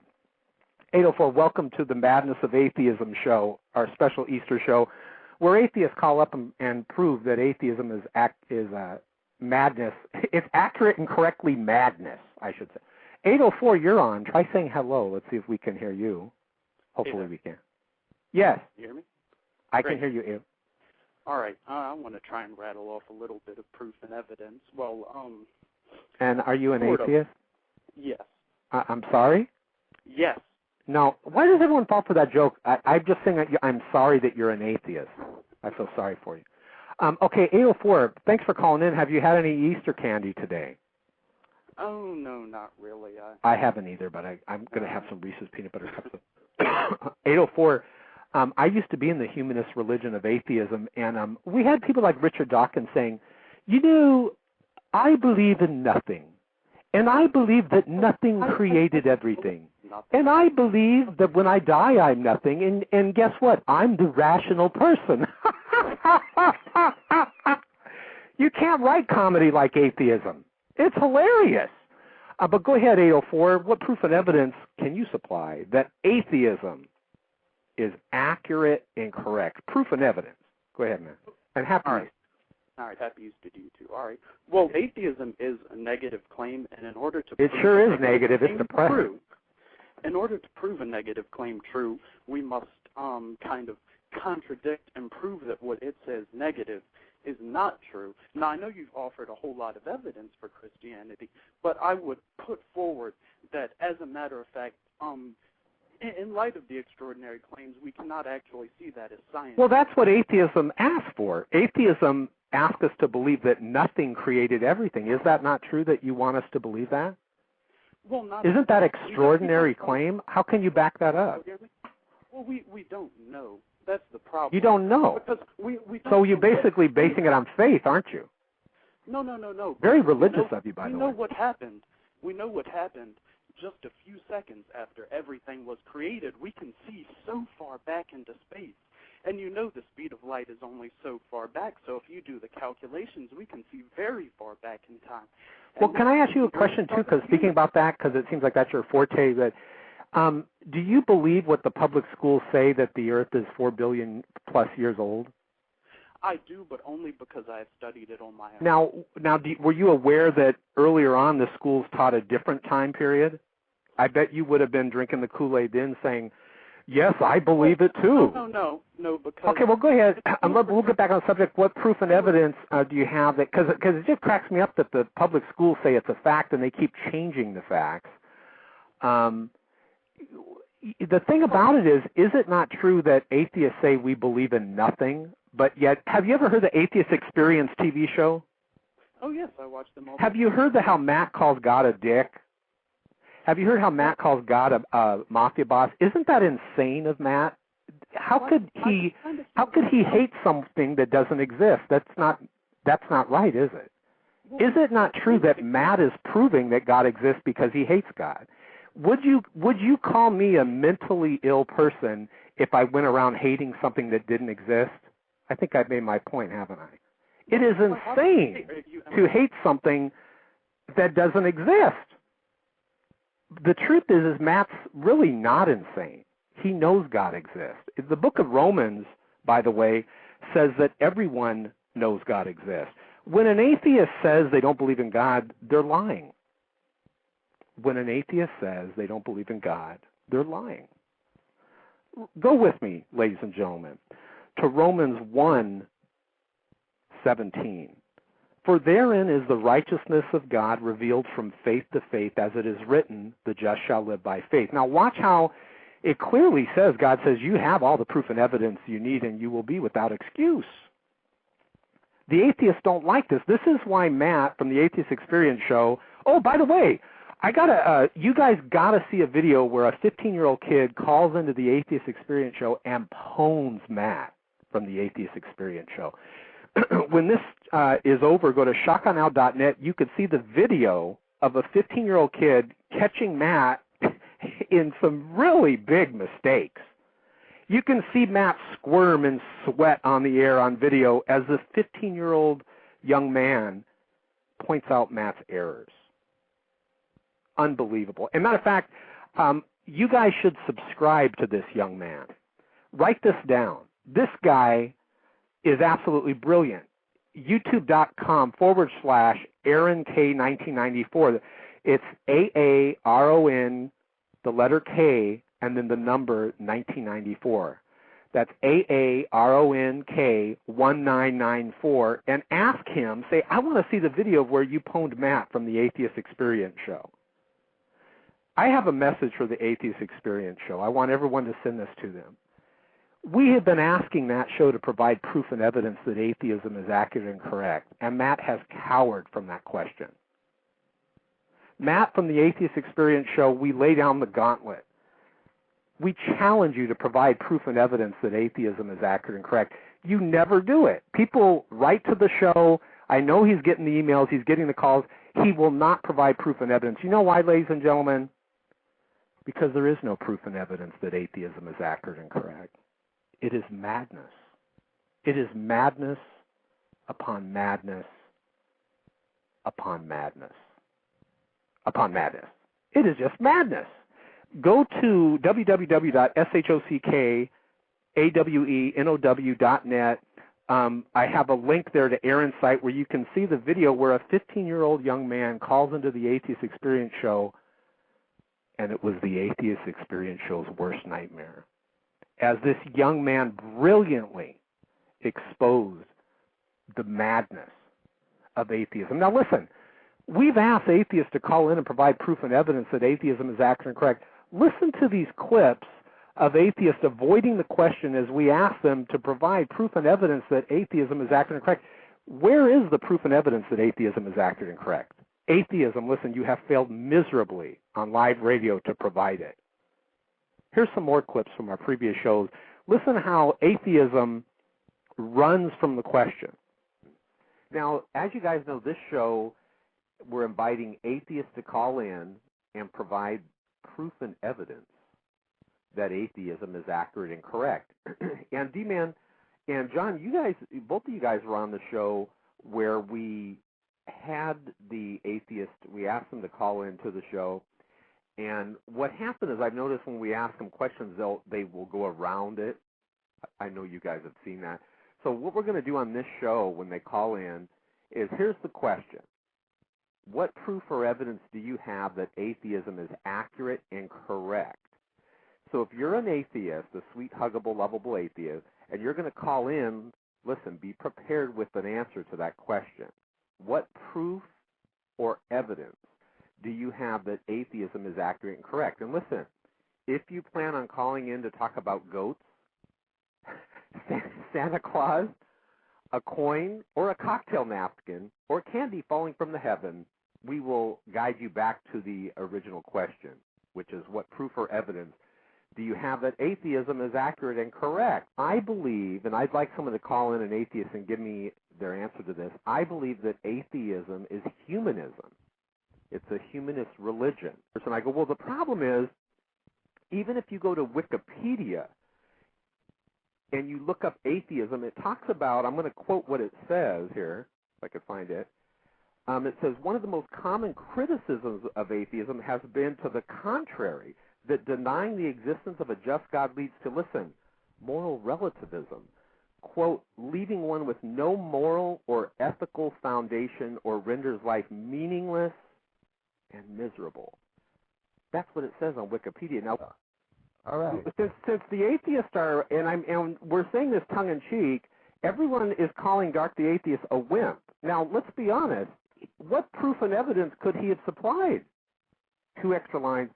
No atheists are calling in.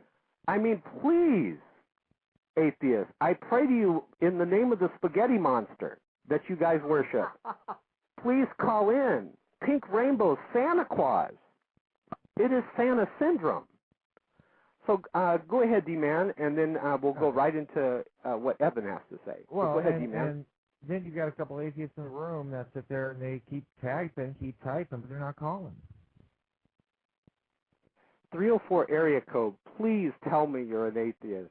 Or 303 area code. I am an atheist. Yes. Now, as you know, when you call in, you want to be prepared. I'm going to ask you a question. I'm going to say it slow, and you're going to answer the question. What proof or evidence? Hey, no. Listen, no atheist tricks. What proof or evidence are you willing to supply right now that atheism is accurate and correct? I'm going to repeat it one more time. The next thing out of your sweet, lovable atheist lips will be proof and evidence. It will not be madness. It will not be about unicorns. It will not be about Santa Claus. It will be proof and evidence that atheism is accurate and correct. Ready, set. Now, if you're going to go sidetrack and go nuts on us, we're going to have to take another call. What proof or evidence will you provide that atheism is accurate and correct? Do not answer the question with the question. Just answer it. Ready, set, go. I'm not going to answer the question with a question. All right, okay, go for it. I'm not going to answer it with Santa Claus. I'm not going to answer it with unicorns. Okay, what proof or evidence do you have that atheism is correct? That when you look around the world and begin eliminating all the things that Christians and other deists say about God, you come back to almost all of them fail. Some of them are unclear. Some of them are slightly supported, and my conclusion is there is no God. Where's your evidence of that? Well, on this radio show so far, by the way, am I only talking to you, Shock? Everyone can hear you. Every single person I understand everyone can hear me. Am I only debating with you? you? What evidence do you have? Please stay on the topic. Please don't try to switch the subject like atheists always do. It doesn't work here. I used to be an atheist. I know the madness of it. So what proof or evidence do you have that that's right? Well, Shock, if you want to have a conversation, I'm willing to have What proof or evidence do you have that that's right? Please don't ask questions. Just answer it. Okay. Which topic would you like to take? Morality? What proof or evidence do you have that atheism is accurate and correct? This is your last chance. You know what? This is your last chance. Have a good call. Yes, ladies and gentlemen, the anger of the atheist that realizes he is wrong. All you had to do was provide proof or evidence. He is upset. But listen, atheists aren't upset at Christians. They're upset at themselves. It's not a multiple choice thing. You don't have to sit there and say, oh, well, which one do you want to take? You want to take morality or this. Just bring your evidence. Okay. Let me let Ridge on here and D-Man. I want to see if you guys can come on here. Okay. D-Man and Ridge, are you there? I'm here. All right. D-Man, I was wondering if I you gotta would... remember, next time I have you on a show to keep you on hold for an hour. Yes. Well, D-Man, we have 10 calls, and you're a Christian, and so and you're already saved. So I'm trying to get some of the atheists on. And Ridge, are you on? Yeah, I'm here. Okay. Listen, would one of you guys, you know the question we're going to ask, what proof and evidence do you have that atheism is accurate and correct? Would one of you be willing to ask that to the next person? Let's try something different. Okay. Let me let in 336. You should be on the air. Test out your audio. Hello? Yes, Can I hang 336. up on me again, or Are you an atheist, Daisy? Oh, yes, you were the one that was avoiding the question. Okay, we're going to give you another chance. This is like your fourth call. What proof? Well, hold on a second. 336. I'm going to let Ridge or D-Man, which of you want to ask the question? D-Man can answer it first. Well, D-Man, remember the question we always ask them? What All proof? right. What? Okay, listen. Hold on. Listen closely, 336, to this question. I've heard the question. I'll answer Okay, it well, right we're now. going to say it again because you haven't answered it 3 times, so you probably forgot. So let's go. Hold on. 336, relax. 336, relax. Relax, 336. Okay, go ahead, D-Man. Answer the question. I mean, ask the question, please. And now you even have someone else asking you the question. Right. Are you so, going to actually give me time okay, hold to on. respond, 336, though, relax, man. Relax. Eat a Reese's peanut butter cup. Relaxed. Okay, 641. Go ahead, D-Man. So I'm going to have another caller ask the atheist caller what proof and evidence. Go ahead, my friend. Okay, D-Man's going to talk. Go. What proof and evidence can you provide that atheism is accurate and correct? All right, go ahead. For the question. Okay, now, are you going to give me time to finish, or are you going to talk over me and play your stupid sound effect? Because 336, what proof and evidence do you have that atheism is accurate and correct? I have 9 other calls that would be more than willing to answer the question, my friend. Right, okay, so are you going to let me talk, or are you going to keep talking 336, one last chance. What proof or evidence do you have that atheism is accurate and correct? Here's the evidence. Okay. Okay? The evidence is that anybody who has taken an introductory course in philosophy can rest on the people making the claim. In this case, so a philosophy course proves atheism is accurate and correct. Hey, what philosophy course can I take that proves atheism is accurate and correct? Where's the course at? What's the name of it? It's called Philosophy 101. And that proves atheism is accurate and correct? It proves that your question is bullshit because... Ladies and gentlemen, the anger of the atheist that knows he's wrong. D-Man, can I ask you a question? What? When you hear these atheists calling in, it's almost like a 3-ring circus. What do you picture them looking like? And I know we love the atheists, but we don't know them personally, but with some of the answers they give, how do you picture these atheists? Getting out of a small car. A little small car. And then what comes out of the small car? Oh, what is it? The clown? A little clown comes out of it. These questions, you know, we ask the question, we get the atheists cussing because they're angry because they realize atheism is badness. And it's like you're in a 3-ring circus. All we hear when we ask for proof and evidence that atheism is accurate and correct, it's like being at a circus and watching clowns perform.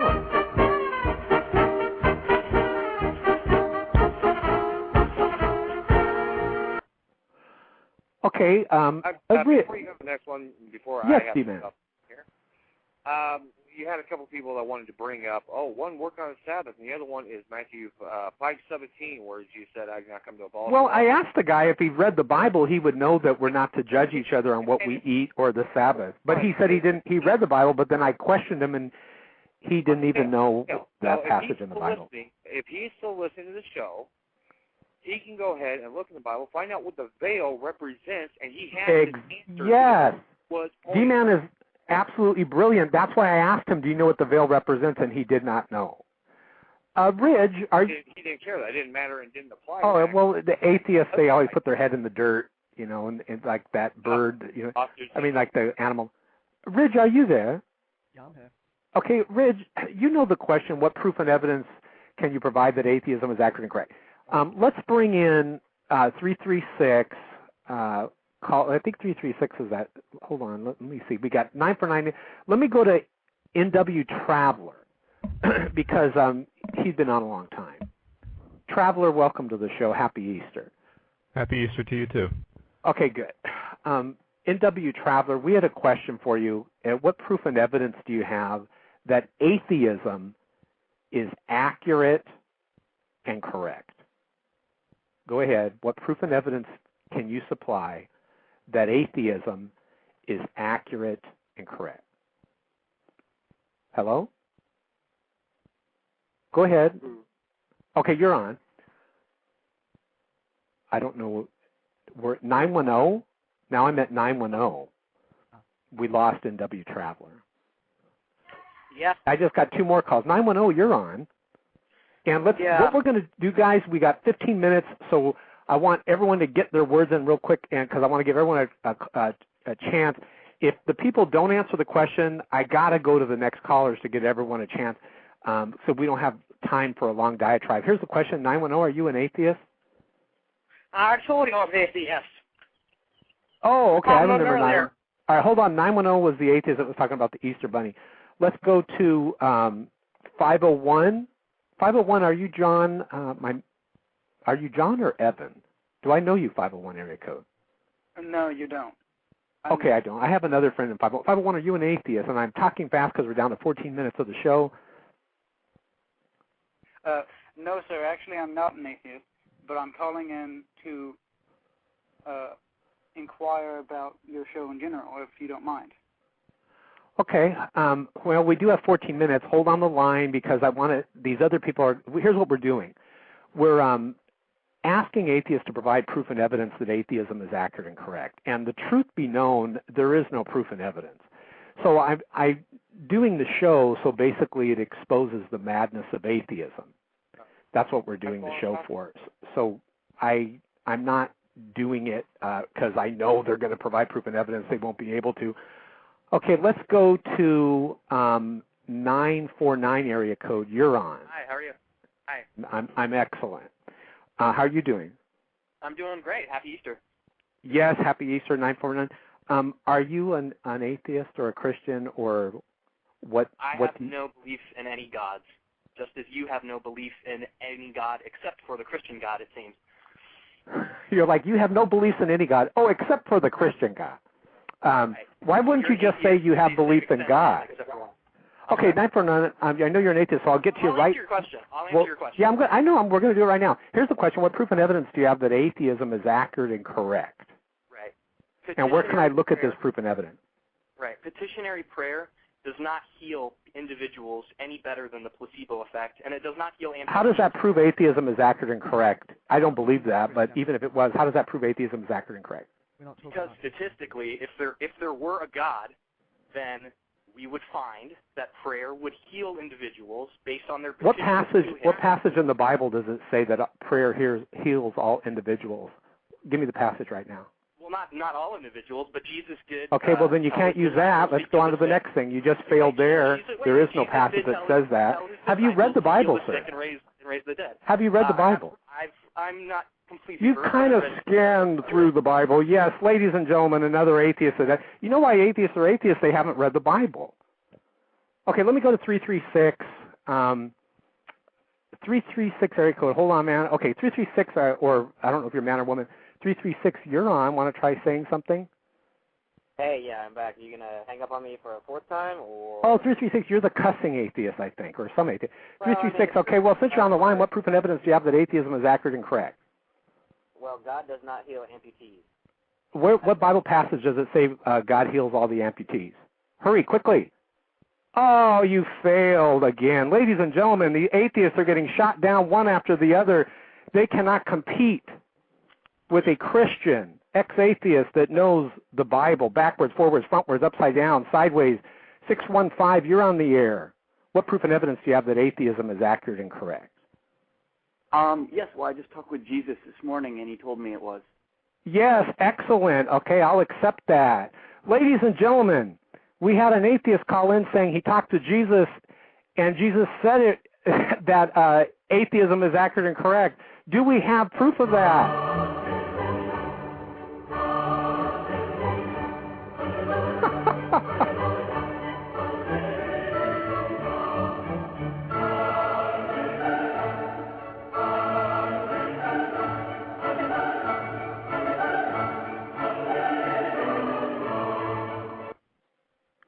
You know, I knew someone was going to call in and say that, so I had that ready. You atheists are so predictable.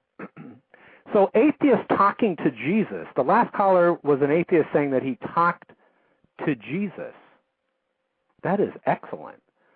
Okay, 630. 630. We got Santa Claus. 630 Santa Claus. Santa. Yes. Santa, do you have anything you want to say to these atheists that used to believe in you and now they're atheists because of Santa syndrome because they found out you don't exist? I heard of this disease. Okay, this is getting wild. Let's go to 949. 949, you're on the air. Try saying something. Yeah, hi. Hey, 949, are you an atheist? You asked me if I've read the Bible, and I have. Oh, okay. Let me ask you a question. So tell us what the veil being torn represents, because that's a beautiful Easter story. The veil was in between the tabernacle of the Holy of Holies. So yes, torn, very good. I am impressed. An atheist that is impressing me, finally. Thanks. It symbolizes that salvation is open to all, rather than just those who go through the into the Holy of Holies through the old Jewish tradition. Yeah, and how many times would the priest go into the Holy of Holies? Oh, I'm for sorry, the nation of Israel, I should say. How many times would the nation of Israel go? How many times would the priest go into the Holy of Holies?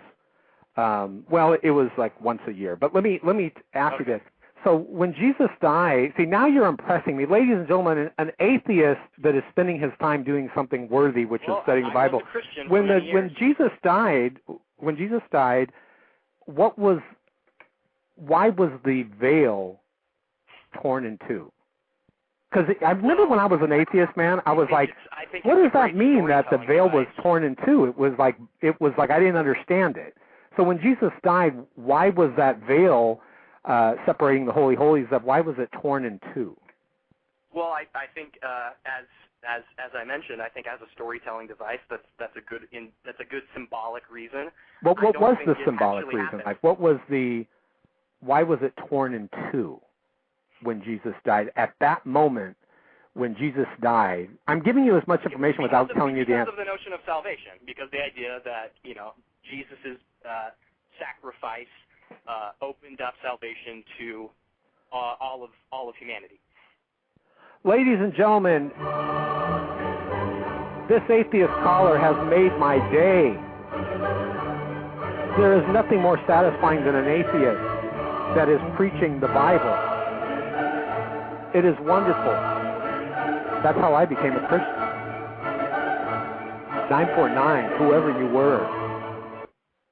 That was excellent. By the way, you guys, someone needs to contact the Atheist Experience show, and they have an error among many on their blog. They have a picture, a cartoon picture that someone has there of Jesus with his arm broken off. Atheist Experience show, this proves you haven't read the Bible, because nowhere in history does it show that Jesus' arm was broken off. And they have his hand nailed into the hand, by the way, when it actually was more by the wrist. I hope the Atheist Experience show doesn't mind me pointing out their blatant errors, which you can go see right now, most likely, on their blog. And another thing that's really funny, I got to tell you about this. I do love the Atheist Experience show because I have emails from actual people saying that they don't like that show because it's so anti-God and angry to God. Matt on the show says, God sucks, God's a mafia boss, God's a bleep, God's a this. How could you hate something that doesn't exist? That would not be mentally healthy. But we do hate things that do exist. Matt from the Atheist Experience show has proven God exists with his hate for God. You know, on the Atheist Experience TV show, it is interesting. There is so much proof and evidence of God's existence just on their blog. There's a question on their frequently asked questions that says, do you hate God? And you know what they said? Well, we don't hate Santa Claus. It talks about Santa Claus on the Atheist Experience show, because they do have Santa syndrome. Now, here's another funny thing on the Atheist Experience question and answer. It says, someone had asked them, well, aren't you worried about going to hell? Because, Jesus did warn of hell more than any other person in the Bible. And because he didn't want us to go there, he loved us so much. Listen to this hilarious, stupid response from the Atheist Experience show. Since we don't believe that hell exists, we're not expecting to go there. Oh, no. Atheist Experience show. You need to realize that believing in hell is not a requirement to go there. How many errors are you going to make live on your show? I challenge the Atheist Experience show. Go ahead, on your TV show, provide proof and evidence that atheism is accurate and correct.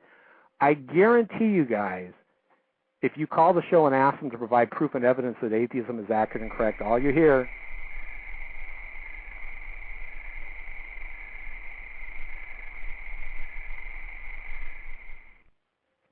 I was reading a news article, you guys, and it was absolutely hilarious. It was saying, because, I used to be an atheist, so I'm still curious as like how people can stay within atheism. The good news, though, is atheism is losing.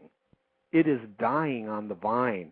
A recent study showed that most people still respect God and believe in God.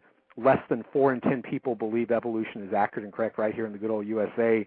But one of the articles that caught my attention was, and by the way, you should check out conservapedia.com and type in atheism at conservapedia.com.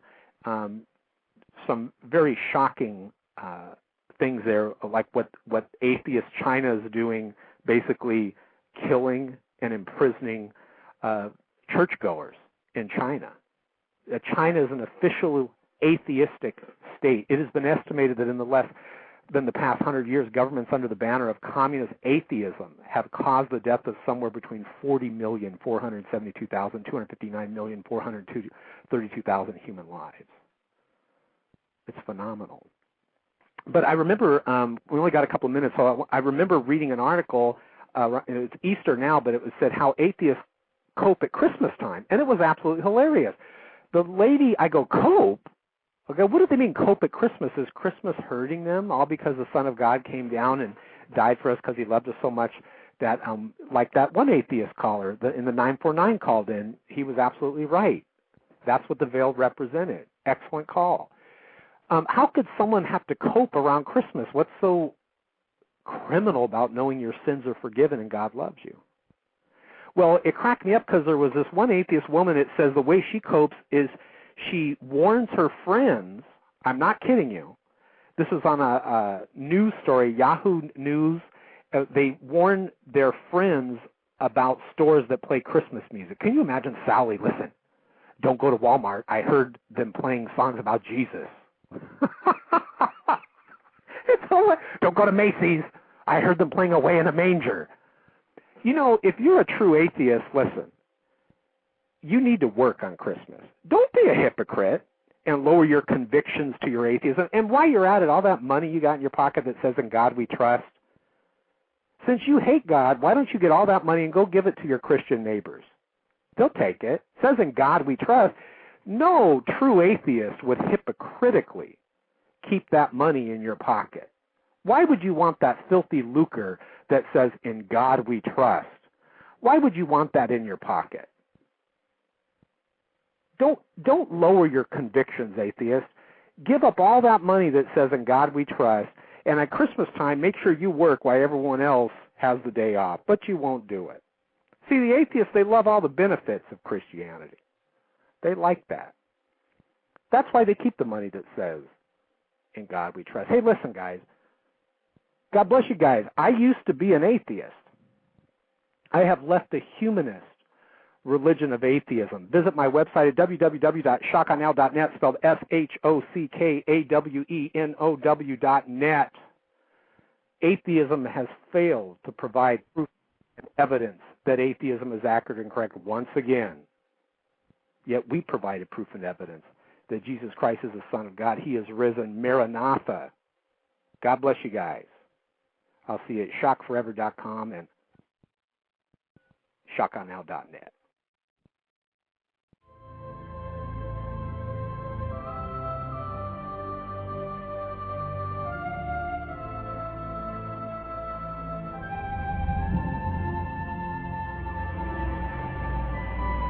Men,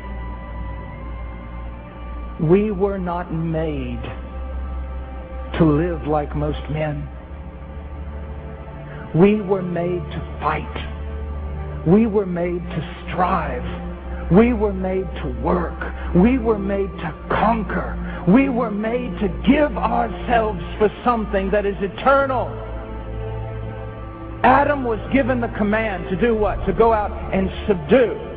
To bring everything in creation in harmony with the will of God. To do all His governing, all His things within the context of God's will. Now we live in a fallen world that lives in darkness and death. The kingdom of the evil one spread abroad throughout the land. You and I were not called to play video games. We were not called to sit in front of a television set. We were not called to give ourselves to trifles. We were called to advance a kingdom. to live with a passion, to fight for Him, and to only every once in a while drop our swords and look up for a smile. I want to fight. I don't want comfort. I don't want ease in Zion, because the kingdom of God is built not by those who rest easily in Zion, but by those who go out into the streets and fight. And the weapons of our warfare are not carnal. They are mighty. Intercessory prayer, the proclamation of the gospel, and sacrificial love. Men, rise up, O men of God. Do what you were called to do. Be valiant and strong. And know that it's going to cost you. You take your stand beside Jesus Christ and His cause, and you watch the devil come after you, buffeting you from the outside and from the inside. But that's what war is about. And so He has given us a great commission to pace a room at night saying, there is a place where He is not worshipped, where He is not worshipped. There is a place where He is not worshipped. I cannot sleep. There is a place where He is not worshipped.